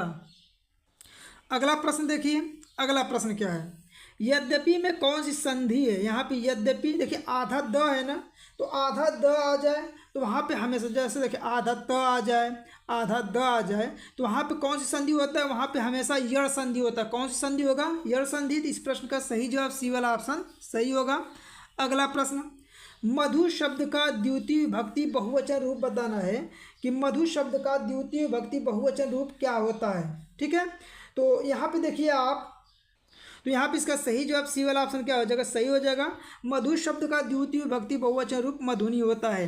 अगला प्रश्न, ठीक है, यहाँ पे देखिए, पठिताम धातु का वचन बताना है और पुरुष बताना है कि पठिताम धातु का वो कौन सा वचन है और कौन सा पुरुष है। तो देखिए इसमें जो पठिताम में होता है प्रथम पुरुष होता है और द्विवचन है। तो इस प्रश्न का सही जवाब बी वाला ऑप्शन क्या हो जाएगा, करेक्ट हो जाएगा। ठीक है, चलिए अगले प्रश्नों को देखते हैं। देखिए ये आपका है खंड ब, यहाँ से प्रारंभ होते हैं खंड ब के वर्णनात्मक प्रश्न। तो सभी प्रश्नों को करने वाले हैं। ठीक है, देखिए आपके सामने पहला नंबर का सवाल है, निम्नलिखित गद्यांश पर आधारित दिए गए प्रश्नों का उत्तर दीजिए। टोटल 6 नंबर का है। देखिए आपके सामने ये प्रश्न है और इससे संबंधित आपसे 3 प्रश्न पूछा गया है और इसके साथ में अथवा में दिया है। तो आप इसको तैयार कर सकते हैं, देख सकते हैं यहाँ पे इस गद्यांश को तैयार कर सकते हैं आप। या इसके अलावा देखिए यहाँ पे सिंपल सा है, इसको आपको बता देते हैं, इसी को आप देख लीजिए। देखिए इसका आंसर आपको कैसे देखिए, यहाँ से गद्यांश यहाँ तक पढ़ना रहता है, फिर इसके बाद इससे संबंधित आपको उत्तर पूछता है। देखिए कुछ ऐसे गद्यांश आपको दिया रहेगा कि जिसको आपको पढ़ने से ही उसके पाठ का नाम पता चल जाएगा। जैसे देखिए इसको पढ़ेंगे ध्यान से तो देखिए यहाँ मित्रता शब्द मिलेगा ना, जब भी किसी भी गद्यांश में आपको मित्रता शब्द मिलेगा तो समझ लीजिए कि मित्रता नामक पाठ से लिया गया है। और मित्रता किसके द्वारा लिखा गया है? आचार्य रामचंद्र शुक्ल के द्वारा लिखा गया है। ये मिल गया आपको, इससे तो आप संदर्भ लिख लेंगे। हिंदी की व्याख्या भी करना है, यानी कि जो रेखांकित अंश है ये, इसका व्याख्या करना है। साथ में व्यक्ति एक दूसरे की ओर क्या देखकर आकर्षित होता है। तो चलिए इसका संपूर्ण हल देखिए आप कॉपी कैसे लिखेंगे बोर्ड के एग्जाम में। सबसे पहले लिखिएगा खंड ब, 1-2 लाइन छोड़ के वर्णात्मक प्रश्न लिखिएगा। फिर प्रश्नोत्तर संख्या 1 अथवा वाला पहले का है तो आपका 1-2 शब्द, इसका 1-2 शब्द स्टार्टिंग का और लास्ट का 1-2 शब्द यहाँ पे लिख दीजिएगा। जैसे एग्जामिनर को ये पता चल जाए कि कौन से गद्यांश का उत्तर आप दे रहे हैं। जैसे यह कोई बात ... उत्साही का। अब देखिए संदर्भ लिखना रहेगा तो इसका संदर्भ कैसे लिखेंगे। सिर्फ आपको पाठ का नाम पता चल गया और लेखक का नाम पता चल गया तो आप आसानी से संदर्भ लिख सकते हैं। देखिए कैसे लिखेंगे प्रस्तुत गद्यांश हमारी पाठ्य पुस्तक के हिंदी के मित्रता नामक पाठ से लिया गया है। इसके लेखक आचार्य रामचंद्र शुक्ल जी हैं। देखिए आपको पाठ का नाम और लेखक का नाम ब्लैक पेन से लिखिएगा जिससे कापी देखने में ज़्यादा सुंदर लगेगा। देखिए इस प्रकार से यदि लिख देते हैं बोर्ड के एग्जाम में कापी तो एग्जामिनर एकदम प्रसन्न होकर पूरा का पूरा नंबर आपको देने वाला है। ठीक है, अब देखिए आपके सामने अगला नंबर का प्रश्न है, रेखांकित अंश की व्याख्या करना है। तो रेखांकित अंश की व्याख्या कैसे करना है, यानी कि रेखांकित अंश देखिए ये एक लाइन का है ना, समाज में विभिन्नता देखकर लोग एक दूसरे को आकर्षित होते हैं, इसकी व्याख्या करना है। तो देखिए यहाँ पे आप 1-2 लाइन छोड़ के इसका हेडिंग बनाइएगा रेखांकित अंश की व्याख्या और लिखिएगा लेखक का कहना है कि एक समान रुचि व स्वभाव के लोगों में ही मित्रता नहीं हो सकती है बल्कि समाज में इसके विपरीत 2 विभिन्न दृष्टिकोण रखने वाले व्यक्तियों में भी मित्रता, ठीक है, यहाँ पे देखिए मित्रता देखने को मिलती है। व्यक्ति चाहता है कि जो गुण उसमें नहीं है उन्हीं गुणों से युक्त व्यक्ति से मित्रता बढ़ाई जाए जिससे जीवन में कठिन समय आने पर वह उनसे सहायता व मार्गदर्शन प्राप्त कर सके। ठीक है, अब देखिए ये तो हो गया इसका आंसर। इसका आंसर कैसे लिखेंगे, व्यक्ति एक दूसरे की ओर क्या देखकर आकर्षित होता है। तो यहाँ पे देखिए प्रस्तुत गद्यांश के अनुसार व्यक्ति समाज में विभिन्नता देखकर ही एक दूसरे की ओर आकर्षित होता है। तो ये इसका उत्तर हो जाएगा। इस तरह बोर्ड के एग्जाम में काफ़ी स्वच्छ लिखिएगा एकदम। ठीक है, समझ में आ गया होगा। अब देखिए आपके सामने अगला प्रश्न कैसा पूछता है, दिए गए गद्यांश पर आधारित प्रश्नों का उत्तर दीजिए। ये 6 नंबर का प्रश्न रहेगा आपका। देखिए ये तो प्रश्न आपको कई बार करा चुके हैं और बताएं कि निर्गुण शब्द मिल जाए तो उससे आप कैसे पाठ का नाम पता कर सकते हैं। चलिए पहले आपको बता देते हैं। ठीक है, तो देखिए ये प्रश्न था। चलिए अगले पेज पे चलते हैं। अगले पेज पर दिया है, अगले पेज पर देखिए यहाँ पे जैसे ही पूरा पढ़ेंगे तो यहाँ पे मिलेगा सूर शब्द। इस सूर शब्द से आप पहचान कर सकते हैं कि सूर सागर नामक पाठ से लिया गया है। सूर सागर नामक पाठ से लिया गया है। इसके लेखक कौन है, सूरदास जी हैं। तो ये तो हो गया पाठ का नाम और लेखक का नाम। अब देखिए इसमें भी आपसे संदर्भ पूछता है, रेखांकित अंश की व्याख्या पूछता है, मधुकर शब्द का क्या अर्थ है ये पूछता है आपसे। ठीक है, तो देखिए ये प्रश्न तो आपको करा चुका है। अभी पेपर आप देखे होंगे तो ये प्रश्न आपको कराया जा चुका है। तो आप प्रश्न पेपर देखोगे तो इसका जान रहे होंगे। चलिए आपको इसका उत्तर करा दे रहे हैं। ठीक है, इसका तो कई बार करा है लेकिन इसका नहीं कराया गया है तो आप इसको देख लीजिए यहाँ पे। ठीक है, देखिए इसमें भी क्या है कि यहाँ से लेके यहाँ तक आपको पढ़ना है। पढ़ने के बाद संदर्भ पूछता है, रेखांकित अंश की इसमें व्याख्या पूछता है, फिर यहाँ पे उपयुक्त पद्यांश में किसकी महिमा का वर्णन किया गया है। ठीक है, लेकिन देखिए आपको दोनों में से कोई एक का ही उत्तर देना रहता है। ठीक है, यहाँ पे देखिए पहले लिखिएगा अतुलनीय जिसके ... रण गर्जन लिखिएगा। अब देखिए संदर्भ लिखना कैसे आपको है, संदर्भ उसी तरह लिखेंगे। प्रस्तुत पद्यांश, हम देखिए यहाँ पे पद है तो पद्यांश लिखेंगे। तो प्रस्तुत पद्यांश हमारी पाठ्य पुस्तक हिंदी के काव्य खंड के स्वदेश प्रेम नामक पाठ से लिया गया है। इसके कवि राम नरेश त्रिपाठी जी हैं। रेखांकित अंश की व्याख्या करना रहेगा तो कैसे करेंगे, लिखेंगे कवि कहना चाहता है कि यह आकाश भी हमारे पूर्वजों की विजय घोषों और युद्ध की गर्जनों को अनेक बार सुन चुका है। अगला है कि पद्यांश में कवि ने अपने पूर्वजों की महिमा का वर्णन किया है। ये तीनों प्रश्नों का उत्तर सिर्फ एक ही पेज में आप देख सकते हैं। एक पेज में भी दे देंगे आंसर तो आपको पूरे इस पर कितने नंबर मिल जाएगा, 6 नंबर आपको बोर्ड के एग्जाम में मिल जाता है। ठीक है, 6 नंबर मिलेगा। समझ में आ गया ना। अब देखिए आपके सामने अगला नंबर का प्रश्न है, क्या है कि दिए गए संस्कृत गद्यांश में से किसी एक का संदर्भ सहित हिंदी में अनुवाद करना रहेगा। टोटल 5 नंबर का ये प्रश्न रहेगा। ये आपके सामने है। इस प्रश्न को तो कई बार कराएं फिर भी आपको एक बार यहाँ पे करा दे रहे हैं। जैसे देखिए, ऐसा नगरी भारतीय संस्कृते संस्कृत भाषायाश्च केंद्रम स्थलम अस्ति, ये कई बार प्रश्न आपको कराया गया है। एक बार इसका संदर्भ और हिंदी में अनुवाद देख लीजिए, जिससे बोर्ड के एग्जाम में आपको 24 तारीख को पूछे तो इसका तुरंत आंसर आप लिख दें। देखिए, लिखने का तरीका यही है कि एक दो शब्द स्टार्टिंग का और डॉट डॉट डॉट करके इस तरह लिखिएगा, फिर यहाँ पे संदर्भ लिखिएगा।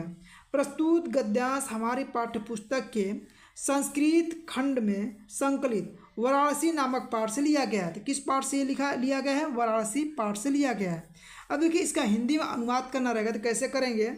यह नगरी भारतीय संस्कृति और संस्कृत भाषा का केंद्र स्थल है। ठीक है, यहीं से संस्कृत साहित्य और संस्कृति का प्रकाश चारों ओर फैला है।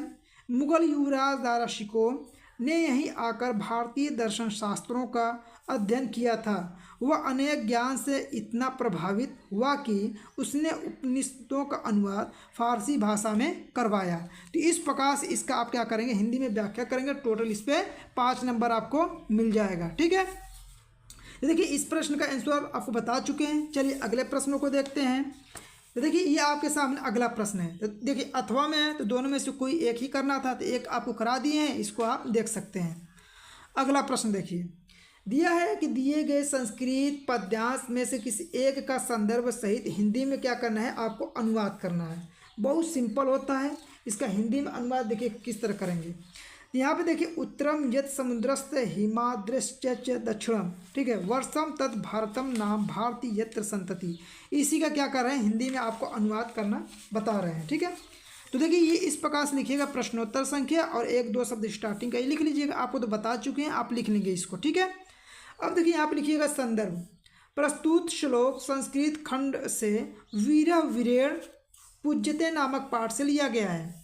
हिंदी अनुवाद इसका करेंगे, जो समुद्र के उत्तर में है और हिमालय के दक्षिण में स्थित है, वह भारत नाम का देश है, जहाँ की संतान भारतीय है। इस प्रकार से सिर्फ एक ही पेज पर आप इसका उत्तर दे सकते हैं, देख सकते हैं। बस इतना ही आपको लिखना है, जिस पे आपके बोर्ड के एग्जाम में 5 नंबर मिलने वाला है। इन सभी प्रश्नों को एकदम तैयार कर लीजिए। ठीक है, जब ये प्रश्न कर लेंगे तो इस प्रश्न को आपको छोड़ देना है। अगला प्रश्न देखिए, 5वां, अपने पठित खंडकाव्य के आधार पर निम्नलिखित प्रश्नों में से किसी एक का उत्तर दीजिए। टोटल 3 नंबर का ये प्रश्न रहने वाला है। देखिए, क ख ग, इस प्रकार से बहुत सारे खंडकाव्य देते हैं, जो आपके बोर्ड के एग्जाम में पूछा जाएगा।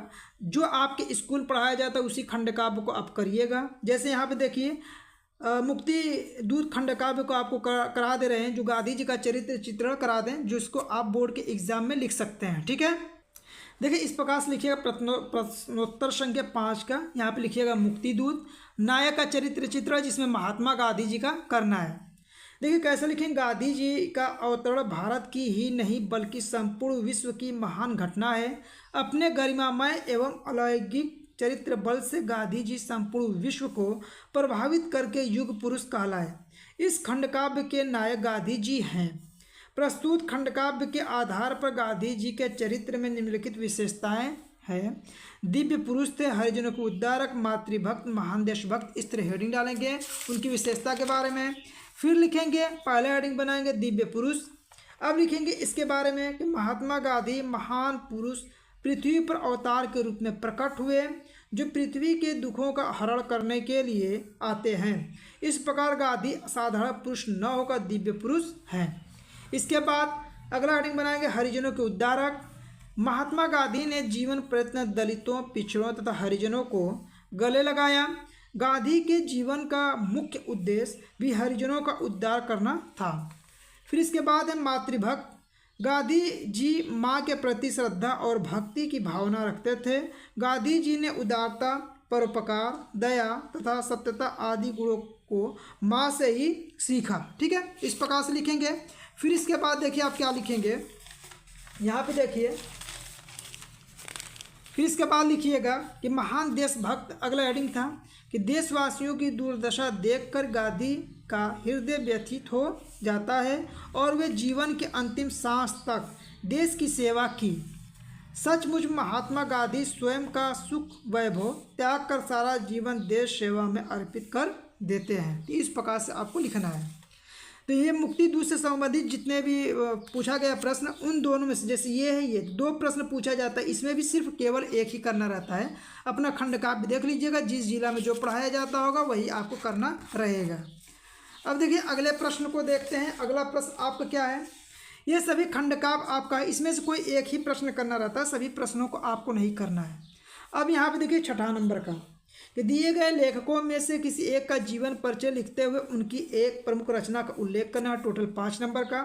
आपको बार बार आचार्य रामचंद्र शुक्ल का, जयशंकर प्रसाद और डॉक्टर राजेंद्र प्रसाद का जीवन परिचय कई बार कराए हैं, तो आप देखे होंगे वीडियो, तो आप उसको याद कर लीजिए। अभी तक नहीं याद, इसे जरूर कर लीजिए। इन तीनों में से आपको 100% की गारंटी देते हैं कि 24 फरवरी को आपको 100% देखने के लिए मिलेगा, तो इसे जरूर आप याद कर लीजिए। ठीक है, अगला प्रश्न देखिए, दिए गए कवियों में से किसी एक का जीवन परिचय देते हुए उनकी प्रमुख रचना का उल्लेख करना है। टोटल 5 नंबर का ये प्रश्न रहेगा। जैसे देखिए यहाँ पे तुलसीदास, देखिए आपको बता दें कि आप तुलसीदास का जीवन परिचय और साथ में सूरदास का जीवन परिचय दोनों को जरूर याद करके जाइए। तुलसीदास और सूरदास, इन दोनों में से एक जरूर आपके बोर्ड के एग्जाम में आ गया। और आपको बता दें इस साल आपके बोर्ड के एग्जाम में तुलसीदास जरूर आएगा। ठीक है, तो दोनों का आप याद कर लीजिए, दोनों में से कोई एक ही करना रहेगा आपको, तो दोनों में से कोई एक कर सकते हैं। चलिए आपको तुलसीदास का जीवन परिचय यहाँ पर कराते हैं। देखिए कैसे आप हल करेंगे। सबसे पहले यहाँ लिखिएगा प्रश्नोत्तर संख्या 6 का ख। जीवन परिचय किसका है, तुलसीदास का। पहले संक्षिप्त परिचय यहाँ पे लिखिएगा।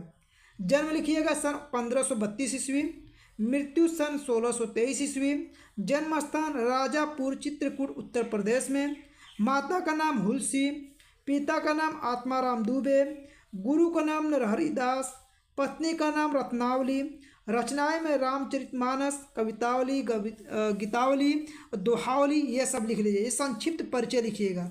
संक्षिप्त परिचय लिखने के बाद अब इसके बाद देखिए आपको कैसे लिखना है। ठीक है, फिर यहाँ पे आप हेडिंग बनाइएगा जीवन परिचय।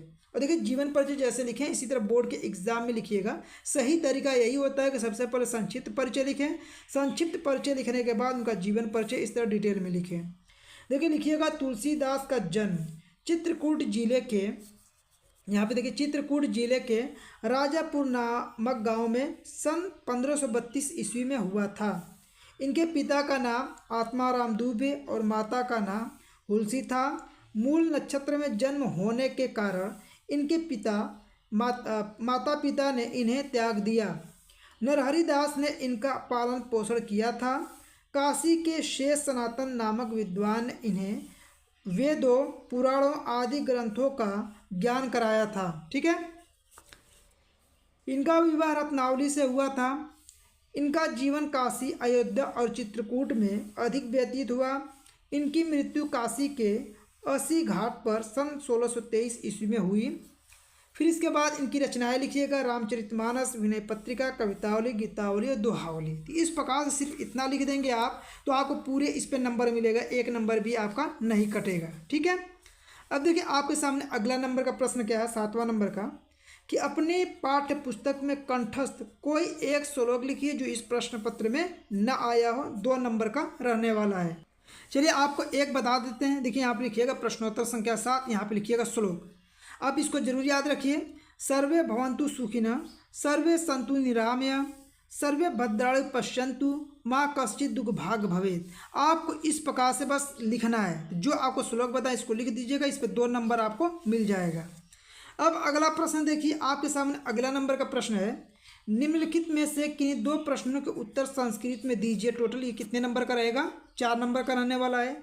आपसे 4 प्रश्न इस प्रकार से देगा, चारों में से किसी 2 का ही उत्तर आपको देना है। तो चलिए 2 का उत्तर आपको बता देते हैं। जैसे दूसरे का, भारतीय संस्कृते मूलम किम अस्ति, तो इसका उत्तर कैसे लिखेंगे। यहाँ लिखिएगा प्रश्नोत्तर संख्या 8 का सेकेंड उत्तर लिखिएगा यहाँ पे, विश्वस्य स्रष्टा ईश्वर एक एव अस्ति। ठीक है, इति भारतीय संस्कृति मूलम अस्ति, इस तरह लिखेंगे तो इस पर 2 नंबर आपको मिल जाएगा। फिर अगला है कुत्र मरणम मंगलम भवति, तो इसका उत्तर कैसे लिखेंगे, प्रश्नोत्तर संख्या 8 का थर्ड, वाराणस्य मरणम मंगलम भवति। बस इतना ही आपको लिखेंगे तो इस पर आपको 2 नंबर मिल जाएगा। तो देखिए चंद्रशेखर का आसित, चंद्रशेखर के बारे में कई बार प्रश्न करा दिया गया है। तो इन चारों में से किसी 2 का ही उत्तर आपको देना है। सभी प्रश्नों को आप एक बार देख के सभी प्रश्नों को याद कर लीजिए। अगला प्रश्न आपका है 9 नंबर का, कि निम्नलिखित में से किस एक विषय पर आपको क्या करना है, निबंध लिखना है। इस प्रकार से 4 टॉपिक 5 टॉपिक आपको बोर्ड के एग्जाम में देता है, किसी एक टॉपिक पर ही आपको क्या करना रहता है, निबंध लिखना रहता है। 100% 24 फरवरी को आने वाला पेपर है। पेपर का सेट आप देख सकते हैं HG है। यहाँ पे सबसे पहले आप अनुक्रमांक लिख लीजिएगा और अपना नाम लिख लीजिएगा, ठीक है। देखिए आपका जो समय रहेगा 3 घंटा 15 मिनट का समय मिलेगा आपका, और जो पूर्णांक रहेगा टोटल 70 नंबर का रहने वाला है। यहाँ पे कुछ नोट दिया गया है कि प्रारंभ के 15 मिनट परीक्षार्थी को प्रश्न पत्र पढ़ने के लिए निर्धारित किया गया है कि 15 मिनट तक आप प्रश्न पत्र को पढ़ सकते हैं, ठीक है। अब देखिए कुछ सभी प्रश्नों के एकदम रट लीजिए आप, ठीक है। अब समय नहीं रह गया आपके पास, सभी प्रश्न जितने बताएंगे सभी प्रश्नों को आप रट लीजिएगा, देख लीजिए। खंड अ, जिसमें बहुविकल्पी प्रश्न आपके पहले रहेंगे। अब देखिए यहाँ पे पहला प्रश्न है कि वैदेही वनवास के रचनाकार कौन है। तो ये आपके सामने 4 इसका ऑप्शन है कि वैदेही वनवास के यहाँ पर रचनाकार कौन है। तो देखिए इसका सही जवाब सी वाला ऑप्शन सही हो जाएगा, अयोध्या सिंह उपाध्याय हरिओं। देखिए यहाँ पे जो टिक लगाई ये मत समझिएगा कि सही जवाब है, इसमें से सही जवाब आपको बताने वाले हैं। ये आपका वायरल पेपर हो गया है ना, ये जो वायरल पेपर हो गया है तो 24 फरवरी को आने वाला है। तो इस पेपर को एकदम देखिए, ठीक है। देख लिए वायरल है तभी यहाँ पे निशान लगा है इस प्रकार से। तो जो यहाँ पे निशान लगा कोई जरूरी नहीं कि आंसर आपका सही होगा, जो आंसर सही होगा उसको हम बताने वाले हैं आपको। देखिए अगला है कि प्रयोगवाद के कवि कौन है। तो देखिए ये आपके सामने 4 ऑप्शन इसका दिया गया है। तो प्रयोगवाद के जो कवि है अज्ञेय जी हैं। इस प्रश्न का सही जवाब क्या हो जाएगा, पी वाला ऑप्शन सही होगा। अगला प्रश्न देख लीजिए आप, भाव विलास के रचनाकार है, यानी भाव विलास किसके द्वारा लिखा गया है। तो ये भाव विलास देव के द्वारा लिखा गया है। इस प्रश्न का सही जवाब ए वाला ऑप्शन सही रहेगा आपका। अगला है छत्रसाल दशक किनकी रचना है। तो छत्रसाल जो दशक है ये जो रचना है भूषण जी की है। तो इस प्रश्न का सही जवाब सी वाला ऑप्शन क्या होगा, सही होगा कि छत्रसाल दशक जो है भूषण जी की रचना है। अगला प्रश्न देखिए, कला और बूढ़ा चाँद के रचनाकार हैं, यानी कि इसके रचनाकार कौन है। तो ये इसका आपके सामने 4 ऑप्शन है। तो कला और देखिए कला और बूढ़ा चाँद के जो रचनाकार है ये है आपका सुमित्रानंद पंत है। तो इस प्रश्न का सही जवाब डी वाला ऑप्शन क्या हो जाएगा, सही हो जाएगा। कला और बूढ़ा चाँद किसके द्वारा लिखा गया है, सुमित्रानंद पंत के द्वारा लिखा गया है। अगला प्रश्न, नीड़ का निर्माण फिर किस विधा की रचना है, यानी कि जो नीड़ का निर्माण है किसके द्वारा लिखा गया है, यानी विधा आपको बताना है। देखिए यहाँ पे विधा है तो ये आत्मकथा है, क्या है, इसका सही जवाब बी वाला ऑप्शन सही हो जाएगा कि नीड़ का निर्माण जो है एक आत्मकथा है। अगला प्रश्न, निम्नलिखित में से शुक्ल युग के लेखक है। इसमें से आपको बताना है कि शुक्ल युग के लेखक कौन है, ठीक है। तो यहाँ पे ध्यान दीजिएगा, जो शुक्ल युग के लेखक हैं आपके श्याम सुंदर दास जी हैं। तो इस प्रश्न का सही जवाब सी वाला ऑप्शन क्या होगा, सही होगा। चलिए अगले प्रश्न पे चलते हैं। देखिए आपके सामने अगला नंबर का प्रश्न क्या है, यहाँ पे देखिए कह रहा है कि निम्नलिखित कथनों में से कौन सा कथन सही है। आपको सही कथन इसमें से बताना है। ये आपके सामने 4 ऑप्शन है, तो इसमें से कौन सा ऑप्शन आपका सही होगा। देखिए आपका दिया है कि शशांक के रचनाकार आचार्य रामचंद्र शुक्ल जी हैं। तो देखिए ये ऑप्शन आपका क्या है, गलत है। जो शशांक है ये लिखा गया है आपका विष्णुकांत शास्त्री के द्वारा लिखा गया है। यहाँ पे सही कथन पूछा है। आकाशदीप किसके द्वारा लिखा गया है, तो आकाशदीप जयशंकर प्रसाद के द्वारा लिखा गया है, जबकि यहाँ राम कुमार वर्मा है। तो ये भी ऑप्शन सही नहीं है, ये भी आपका ऑप्शन सही नहीं है। अगला देखिए कि भारतेंदु हरिश्चंद्र आलोचना साहित्य के जनक माने जाते हैं। तो देखिए भारतेंदु हरिश्चंद्र जो हैं ये साहित्य के जनक नहीं माने जाते हैं, ये वाला ऑप्शन भी आपका गलत है। क्या भूलूं क्या याद करूं निबंध के लेखक जयशंकर प्रसाद जी हैं। तो ये भी आपका कथन क्या है, गलत है। क्या भूलूं क्या याद करूं जो है हरिवंश राय बच्चन के द्वारा लिखा गया है। तो इसको याद रखिएगा, क्या भूलूं क्या याद रखूं हरिवंश राय बच्चन के द्वारा लिखा गया है। तो इस चारों ऑप्शनों में से कोई भी ऐसा ऑप्शन नहीं जो सही है, ये आपका प्रश्न ही यहाँ पे आप गलती है, ठीक है। इस चारों में से कोई ऑप्शन आपका सही नहीं होगा, ठीक है। तो चलिए अगले प्रश्न पर चलते हैं। आपका अगला प्रश्न है 9 नंबर का, परीक्षा गुरु किस विधा की रचना है, यानी परीक्षा गुरु के बारे में बताना है कि क्या है, आत्मकथा है, एकांकी, उपन्यास है, रेखाचित्र है। तो परीक्षा गुरु जो है आपका एक उपन्यास है। तो इस प्रश्न का सही जवाब सी वाला ऑप्शन क्या होगा, सही होगा। अगला देखिए, बाण भट्ट की आत्मकथा के रचनाकार हैं, यानी बाण भट्ट जो है बाण भट्ट की आत्मकथा के रचनाकार इसमें से बताना है किसकी है। यह शंकर प्रसाद की है, हजारी प्रसाद द्विवेदी, राघव, धर्मवीर भारती। ठीक है, तो देखिए यहाँ पे ध्यान दीजिएगा, बाण भट्ट की आत्मकथा जो है हजारी प्रसाद द्विवेदी के द्वारा लिखा गया है। तो इस प्रश्न का सही जवाब बी वाला ऑप्शन क्या होगा, सही होगा। अगला प्रश्न, रस के कितने अंग होते हैं। रस के अंग आपको बताना है कि इसके कितने अंग होते हैं रस के। तो देखिए रस के टोटल कितने अंग होते हैं, 4 अंग होते हैं। इस प्रश्न का सही जवाब बी वाला ऑप्शन सही होगा। रस का टोटल कितने अंग है, 4 अंग हैं। अगला देखिए 12 नंबर का, पायो जी मैंने राम रतन धन पायो, पंक्ति में कौन सा अलंकार है। इसमें आपको क्या बताना है, अलंकार बताना है। ठीक है, तो देखिए पायो जी मैंने राम रतन धन पायो में जो अलंकार पाया जाएगा रूपक अलंकार है। तो इस प्रश्न का सही जवाब बी वाला ऑप्शन क्या होगा, सही होगा आपका।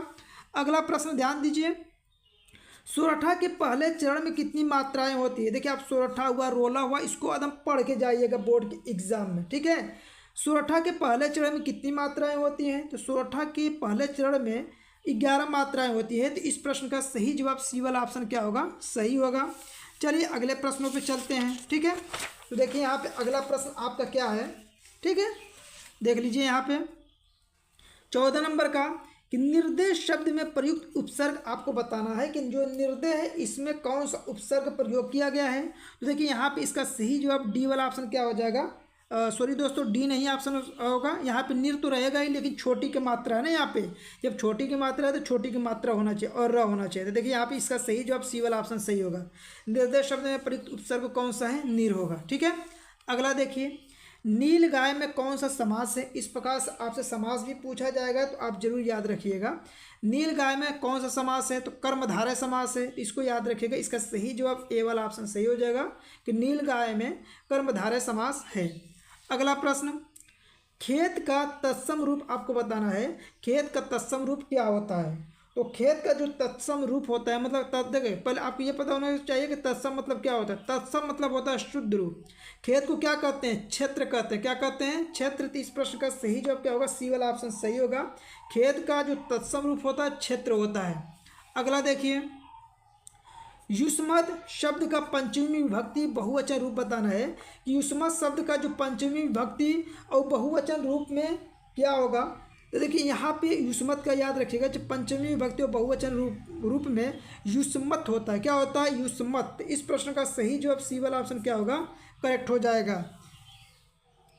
अगला देखिए 18 नंबर का, भाववाच्य में किसकी प्रधानता होती है। आप जरूर इसको पढ़ के जाएगा, भाववाच्य, कर्ता, कर्म, ये जरूर पढ़ के जाएगा। बोर्ड के एग्जाम में 100% सवाल आएगा। ठीक है, तो यहाँ पे देखिए भाववाच्य में किसकी प्रधानता होती है, ये आपको यहाँ पे बताना है। ठीक है, तो भाववाच्य में किसकी प्रधानता होती है, क्रिया की प्रधानता होती है। इसमें सही जवाब सी वाला ऑप्शन क्या हो जाएगा, सही हो जाएगा। जिसमें कर्ता की प्रधानता होगी तो उसके कर्ता की प्रधानता बोलेंगे, जिसमें कर्म की प्रधानता होगी तो उसे कर्म की प्रधानता बोलेंगे। इसको देखिए कर्ता, कर्म और भाववाच्य, इसको जरूर आप पढ़ के जाइएगा। ठीक है, अगला देखिए, वाक्य के कितने तत्व होते हैं। आपको वाक्य के कितने तत्व होते हैं इसे जरूर पढ़िएगा। तो वाक्य के कितने तत्व होते हैं, 2 तत्व होते हैं। तो इस प्रश्न का सही जवाब डी वाला ए वाला ऑप्शन क्या हो जाएगा, सही हो जाएगा। वाक्य के 2 तत्व होते हैं। अगला देखिए 20 नंबर का, देखिए 20वां नंबर का जो सवाल है, अविकारी पद को अन्य किस नाम से जाना जाता है, ये बताना है। ठीक है, देखिए अविकारी पद को अव्यय पद के नाम से जाना जाता है। तो इसका सही जवाब बी वाला ऑप्शन क्या हो जाएगा, सही हो जाएगा, अव्यय पद। ठीक है, अब अव्यय मत लगाइएगा, अवयव पद लगाइएगा, यही अविकारी पद को जाना जाता है। यहाँ पे जितने सवाल बताए गए हैं एकदम रियल है। आपके पेपर में 24 फरवरी को जाएंगे देने के लिए बोर्ड के एग्जाम ना, उसमें देख लीजिएगा मैक्सिमम सवाल आपके आने वाले हैं। ठीक है, चलिए अगले प्रश्नों को देखते हैं। देखिए आपके सामने अगला नंबर का प्रश्न क्या है, खंड ब, जिसमें वर्णनात्मक प्रश्न रहने वाले हैं आपके। पहला सवाल क्या है कि निम्नलिखित गद्यांश पर आधारित 3 प्रश्नों का उत्तर देना है। टोटल 6 नंबर का रहने वाला है। देखिए आप इसको तो एकदम पढ़ के जाइएगा, आपके बोर्ड के एग्जाम में 100% की गारंटी देते हैं कि ये प्रश्न आपके बोर्ड के एग्जाम में आने वाला है। देखिए क्या है, क्वेश्चन का जवाब सबसे भयानक होता है। ठीक है। फिर यह केवल नीति और सद्वृत्ति का ही नाश नहीं करता बल्कि बुद्धि का भी क्षय करता है।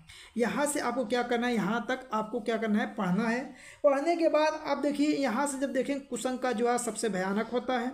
ये जो किस पाठ से लिया गया है, तो ये जो पाठ का नाम है मित्रता, मित्रता नामक पाठ से लिया गया है। इसके लेखक कौन है, इसके जो लेखक है आचार्य रामचंद्र शुक्ल जी हैं।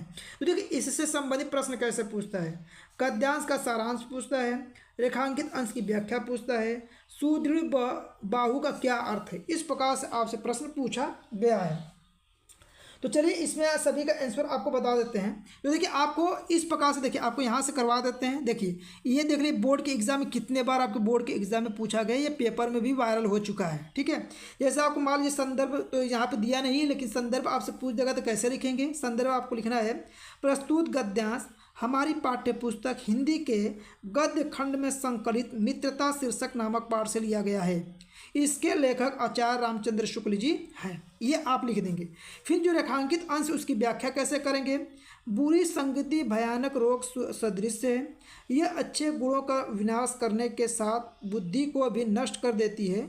यदि किसी युवक की संगति बुरी हो गई हो तो वह पत्थर की चक्की की भांति इसके पैरों में बंध जाती है, वह गतिहीन हो जाता है, उसकी बुद्धि नष्ट हो जाती है, वह दिन पर दिन विनाश के गर्त में गिरता चला जाता है। किंतु यदि अच्छी संगति मिल जाए तो बुरी संगति में पड़ा व्यक्ति गर्त से निकलकर सारी बुराइयों से मुक्त होकर प्रगति के पथ पर चलने लगता है। ठीक है, इस प्रकार देखिए अगला कुसंगत, यहाँ से आप अगला प्रश्न जो ये है कि गद्यांश का सारांश क्या है, तो वह सारांश आपको बता रहे हैं। यहाँ पे सारांश देख लीजिए इसका, कुसंगति का प्रभाव विनाशकारी होता है, दुष्टों की संगति में पड़ा व्यक्ति अपनी बुद्धि आचरण से क्षीण होता है, अच्छे बुरे उचित अनुचित की समझ को खो देता है, धीरे धीरे पतन के अंधकार भरे गर्त में गिरकर नष्ट हो जाता है। अब देखिए कुसंग पैरों में बधी चक्की के समान किंतु अच्छी संगति सहारा देने वाली बाहु समान है। अब सुदृढ़ बाहु का अर्थ क्या है, मजबूत सहारा। सुदृढ़ बाहु का अर्थ क्या है, मजबूत सहारा। देखिए आप पूछा भी है सुदृढ़ बाहु का अर्थ क्या है, तो मजबूत सहारा है। तो देखिए ये एकदम वायरल है। ठीक है, अब देखिए यहाँ पे हम यदि कॉपी पे लिखते तो बहुत ज़्यादा समय लगता, इसीलिए कॉपी पे ना लिखे सीधे आपको जो प्रश्न दिया है उन्हीं प्रश्नों को डायरेक्ट दिखा दे रहे हैं। ठीक है, देखिए यहाँ पे अथवा में दिया है, एक प्रश्न कर लेंगे तो इस प्रश्न को आपको छोड़ देना है, अन्यथा इसको देखना चाहे तो देख सकते हैं, तैयार करना चाहे तो इस प्रश्न को भी आप तैयार कर सकते हैं। ठीक है, देखिए अगला प्रश्न आपका क्या है कि निम्नलिखित पद्यांश पर आधारित दिए गए 3 प्रश्नों को उत्तर दीजिए। टोटली कितने नंबर का रहता है, 6 नंबर का रहने वाला है। यहाँ देख सकते हैं, आपको यहाँ से लेके यहाँ तक ध्यान से पढ़ना। इससे संबंधित प्रश्न क्या है, संदर्भ पूछा जाएगा आपसे, रेखांकित अंश की व्याख्या, पद्यांश में ऐसी मनोहर मूर्ति एक किसके लिए प्रयुक्त है तथा इसमें कौन सा अलंकार प्रयोग किया गया है, ये बताना है आपको। ठीक है, देखिए आपको सीधे इस प्रश्न का उत्तर बता देते हैं। यहाँ पे लिखेंगे तो बहुत ज़्यादा समय लगेगा, इसीलिए यहाँ पे लिखे नहीं, इसलिए कि आपको कम समय में सारे प्रश्नों को आपको कराना है। तो यहाँ पे देख लीजिए, देखिए यही वाला आपके पेपर में आया हुआ है। तो देखिए इसका उत्तर कैसे लिखेंगे आप, तो पहले आपको यही लिखना है कि प्रस्तुत पद्यांश तुलसीदास द्वारा रचित वन पथ पर शीर्षक से उद्धृत है। ये तो इसका जवाब हो जाएगा, संदर्भ ये हो जाएगा। फिर इसका देखिए आपको व्याख्या करना रहेगा, तो कैसे करेंगे आप व्याख्या कर दीजिएगा। यहाँ पे राम लक्ष्मण और सीता जब वन पथ पर आगे बढ़ रहे हैं, उन्हें देखकर गांव के नर नारी आपस में बात कर रहे हैं कि ऐसी मन को हरण करने वाली मूर्ति के बिछुड़ जाने पर पता नहीं इनके प्रेमी कैसे जीवित हैं। हे सखी, ये राजकुमार आँखों में रहने योग्य है, भला इन्हें किस निष्ठुर ने वनवास किया। ठीक है, अब देखिए इसमें अलंकार आपसे पूछा है, तो अलंकार में आप याद रखिएगा कि इसमें रूपक अलंकार भी है और अनुप्रास अलंकार भी है। ठीक है, तो यहाँ पे इस प्रश्न को एकदम तैयार कर लीजिए कि प्रारंभ के 15 मिनट परीक्षार्थी को प्रश्न पत्र पढ़ने के लिए समय दिया जाएगा और निर्देश दिया गया है।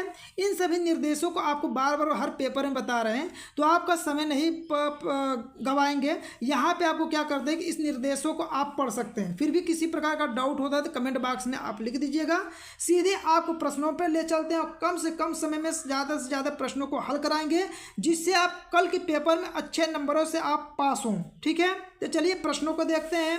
तो देखिए ये आपके सामने एकदम रियल पेपर है, सभी प्रश्नों को देखिए और सबका आंसर कमेंट बॉक्स में आप साथ में लिखते रहिए। तो यहाँ पे देखिए आपका खंड अ के पहले सभी प्रश्नों को आपको बताएंगे। यहाँ से प्रारंभ होता है बहुविकल्पी प्रश्न। पहला प्रश्न है, जिस प्रश्न का आंसर आपको आ रहा हो सबसे पहले आप कमेंट बॉक्स में लिख सकते हैं। यहाँ पे सभी प्रश्नों को एकदम बताने वाले हैं। हिंदी साहित्य के श्रेष्ठ निबंधकारक, आलोचक एवं इतिहासकारक के रूप में जाना जाता है। तो इसमें किसको जाना जाता है?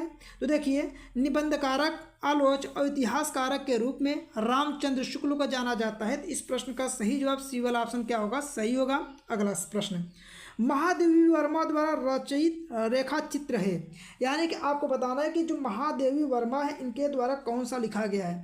तो ये जो लिखा गया है आपका अतीत के चलचित्र लिखा गया है। क्या है? अतीत के चलचित्र। तो इस प्रश्न का सही जवाब बी वाला ऑप्शन क्या हो जाएगा? करेक्ट हो जाएगा। इसका सही जवाब बी वाला ऑप्शन सही होगा। अगले प्रश्न को देखिए, कोणार्क के रचनाकार है, यानी कोणार्क के रचनाकार कौन है? तो जो कि कोणार्क के जो रचनाकार है जगदीश माथुर के द्वारा लिखा गया है। तो इस प्रश्न का सही जवाब ए वाला ऑप्शन क्या होगा? करेक्ट होगा। अगला प्रश्न, चलो चांद पर चले के रचनाकार है, यानी चलो चांद पर चले इसके रचनाकार कौन है? इसके जो रचनाकार है जयप्रकाश भारती हैं। तो इस प्रश्न का सही जवाब बी वाला ऑप्शन सही होगा कि जयप्रकाश भारती के द्वारा चलो चांद पर चले रचना किया गया है। अगला प्रश्न देखिए, तूफानों के बीच रचना की विधा है, यानी कि जो तूफानों के बीच है ये कौन सी विधा है ये बताना है। जैसे कहानी, एकांकी, उपन्यास या रिपोर्टाज है, तो इसमें से है कौन वो बताना है। तूफानों के बीच जो रचना की विधा जो है एक रिपोर्ट है। तो क्या है? तो इस प्रश्न का सही जवाब डी वाला ऑप्शन क्या होगा? सही होगा। अगला प्रश्न, केशवदास किस काल की कवि हैं, यानी केशवदास के बारे में बताना है कि किस काल के कवि इसको माना जाता है। तो इनको माना जाता है रीति काल के कवि। तो इसका सही जवाब बी वाला ऑप्शन सही हो जाएगा कि रीति काल के कवि कौन है? केशवदास जी हैं।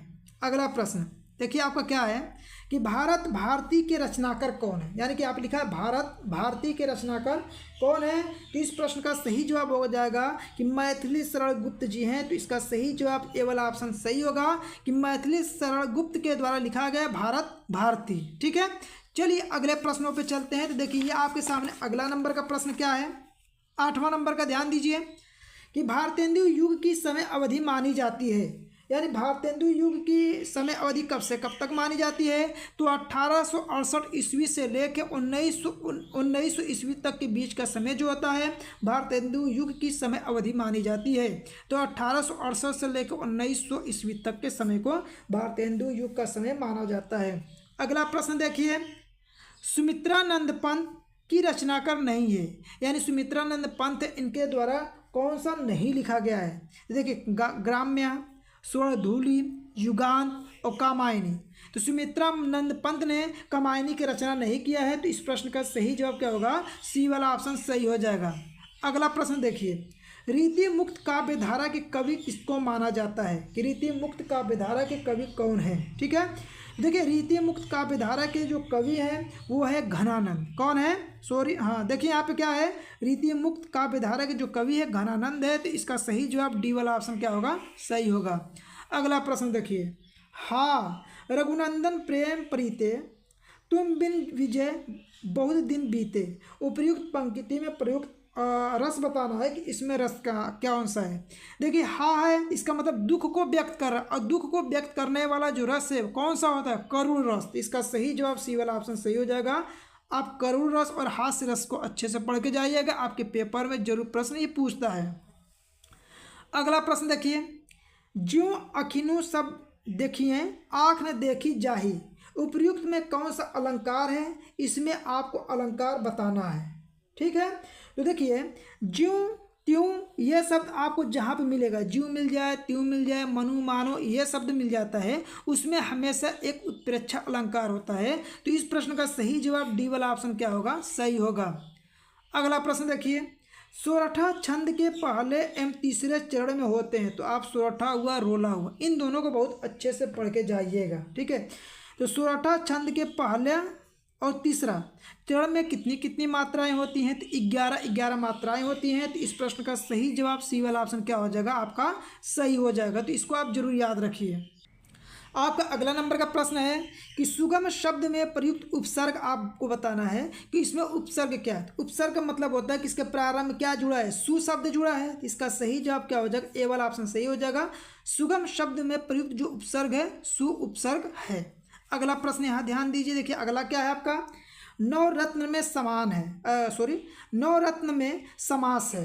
तो नवरत्नों का समूह जिसमें संख्या आ जाता है, देखिए 9 से अब 9 संख्या आ रहा है ना, जिसमें यदि संख्या आता है तो उसमें द्विगु समास होता है। इसका सही जवाब बी वाला ऑप्शन सही होगा, द्विगु समास। जैसे तिरंगा में पूछेगा कौन सा समास है, तो द्विगु समास। पूछेगा चौराहा में कौन सा समास है, तो द्विगु समास। जिसमें आपका संख्या आएगा वहाँ पे द्विगु समास होता है। अगला देखिए, पृथ्वी का पर्यायवाची यहाँ पे नहीं पूछा है कि पृथ्वी का पर्यायवाची इसमें से कौन सा नहीं है। तो ऑप्शन को ध्यान से पढ़ के इसका जवाब दीजिएगा आप। भू, तो भू माने पृथ्वी होता ही है, धरा माने पृथ्वी, वसुधा माने भी पृथ्वी, लेकिन प्रसून माने पृथ्वी नहीं होता है। तो इसका सही जवाब डी वाला ऑप्शन सही हो जाएगा। पृथ्वी का पर्यायवाची कौन नहीं है, तो वह प्रसून नहीं है। अगला देखिए, त्वाम शब्द में प्रयुक्त, त्वाम शब्द में विभक्ति एवं वचन बताना है कि त्वाम में विभक्ति और वचन कौन सा है। ठीक है, देखिए जब त्वाम लिखा रहता है तो इसमें द्वितीय विभक्ति एक वचन रूप होता है। तो इसका सही जवाब ए वाला ऑप्शन क्या हो जाएगा, आपका सही हो जाएगा। अगला प्रश्न, अर्थ के आधार पर वाक्य कितने भेद होते हैं। देखिए आप जब पेपर देने जा रहे हैं कल, तो वाक्य के प्रकार आप जरूर पढ़ के जाइएगा। आपके बोर्ड के एग्जाम में 100% की लिखित गारंटी देते हैं कि आपको वाक्य से संबंधित आपसे जरूर प्रश्न पूछा जाएगा। ठीक है, तो वाक्य के टोटल कितने भेद होते हैं, तो वाक्य के टोटल 8 भेद होते हैं। तो इसका सही जवाब बी वाला ऑप्शन सही हो जाएगा। अगला देखिए, अगला भी आप पेपर में जरूर पढ़ के जाइएगा, जैसे कर्तृवाच्य, कर्मवाच्य, भाववाच्य, ये तीनों जरूर पढ़ के जाइएगा। देखिए कर्तृवाच्य में मतलब होता है, कर्तृ मतलब कर्म, क्या होता है यहाँ पे, कर्तृ माने क्या होता है, कर्ता। कर्तृ माने क्या होता है, कर्ता। कर्ता यानी कर्तृवाच्य में प्रधानता किसकी होती है, तो कर्ता की प्रधानता होती है। तो इसमें सही जवाब क्या हो जाएगा, आपका सी वाला ऑप्शन क्या होगा, सही हो जाएगा। यदि आपसे कहेगा कर्मवाच्य, कर्मवाच्य, और पूछेगा इसमें किसकी प्रधानता है, तो देखिए कर्म शब्द आ रहा है, तो इससे याद रखिएगा कर्म की प्रधानता है। इसके अलावा भाववाच्य रहेगा, तो भाव में किसका प्रधानता होता है, तो भाव की प्रधानता होता है, या क्रिया की प्रधानता भी बता सकते हैं। ठीक है, इन शब्दों को याद रख के जाइएगा, बोर्ड के एग्जाम में एकदम प्रश्न आने वाला है आपका। अगला प्रश्न देखिए, अगला है, जिनके अलग अलग रूप वाक्यों में मिलते हैं वे पद कहलाते हैं ना। यहाँ पे देखिए अलग अलग रूप वाक्यों में मिलते हैं तो उसे क्या कहते हैं, तो उसे विकारी कहते हैं। इसका सही जवाब ए वाला ऑप्शन सही हो जाएगा। आप इसे विकारी क्या होता है, अविकारी क्या होता है, अव्यय पद क्या होता है, प्रत्यय पद क्या होता है, इनको जरूर पढ़ के आप जरूर जाइएगा पेपर में। विकारी आने वाला है, अविकारी, अव्यय, इनमें से प्रश्न आपके जरूर आएगा। ठीक है, तो यह था आपके 20 बहुविकल्पी प्रश्न। आप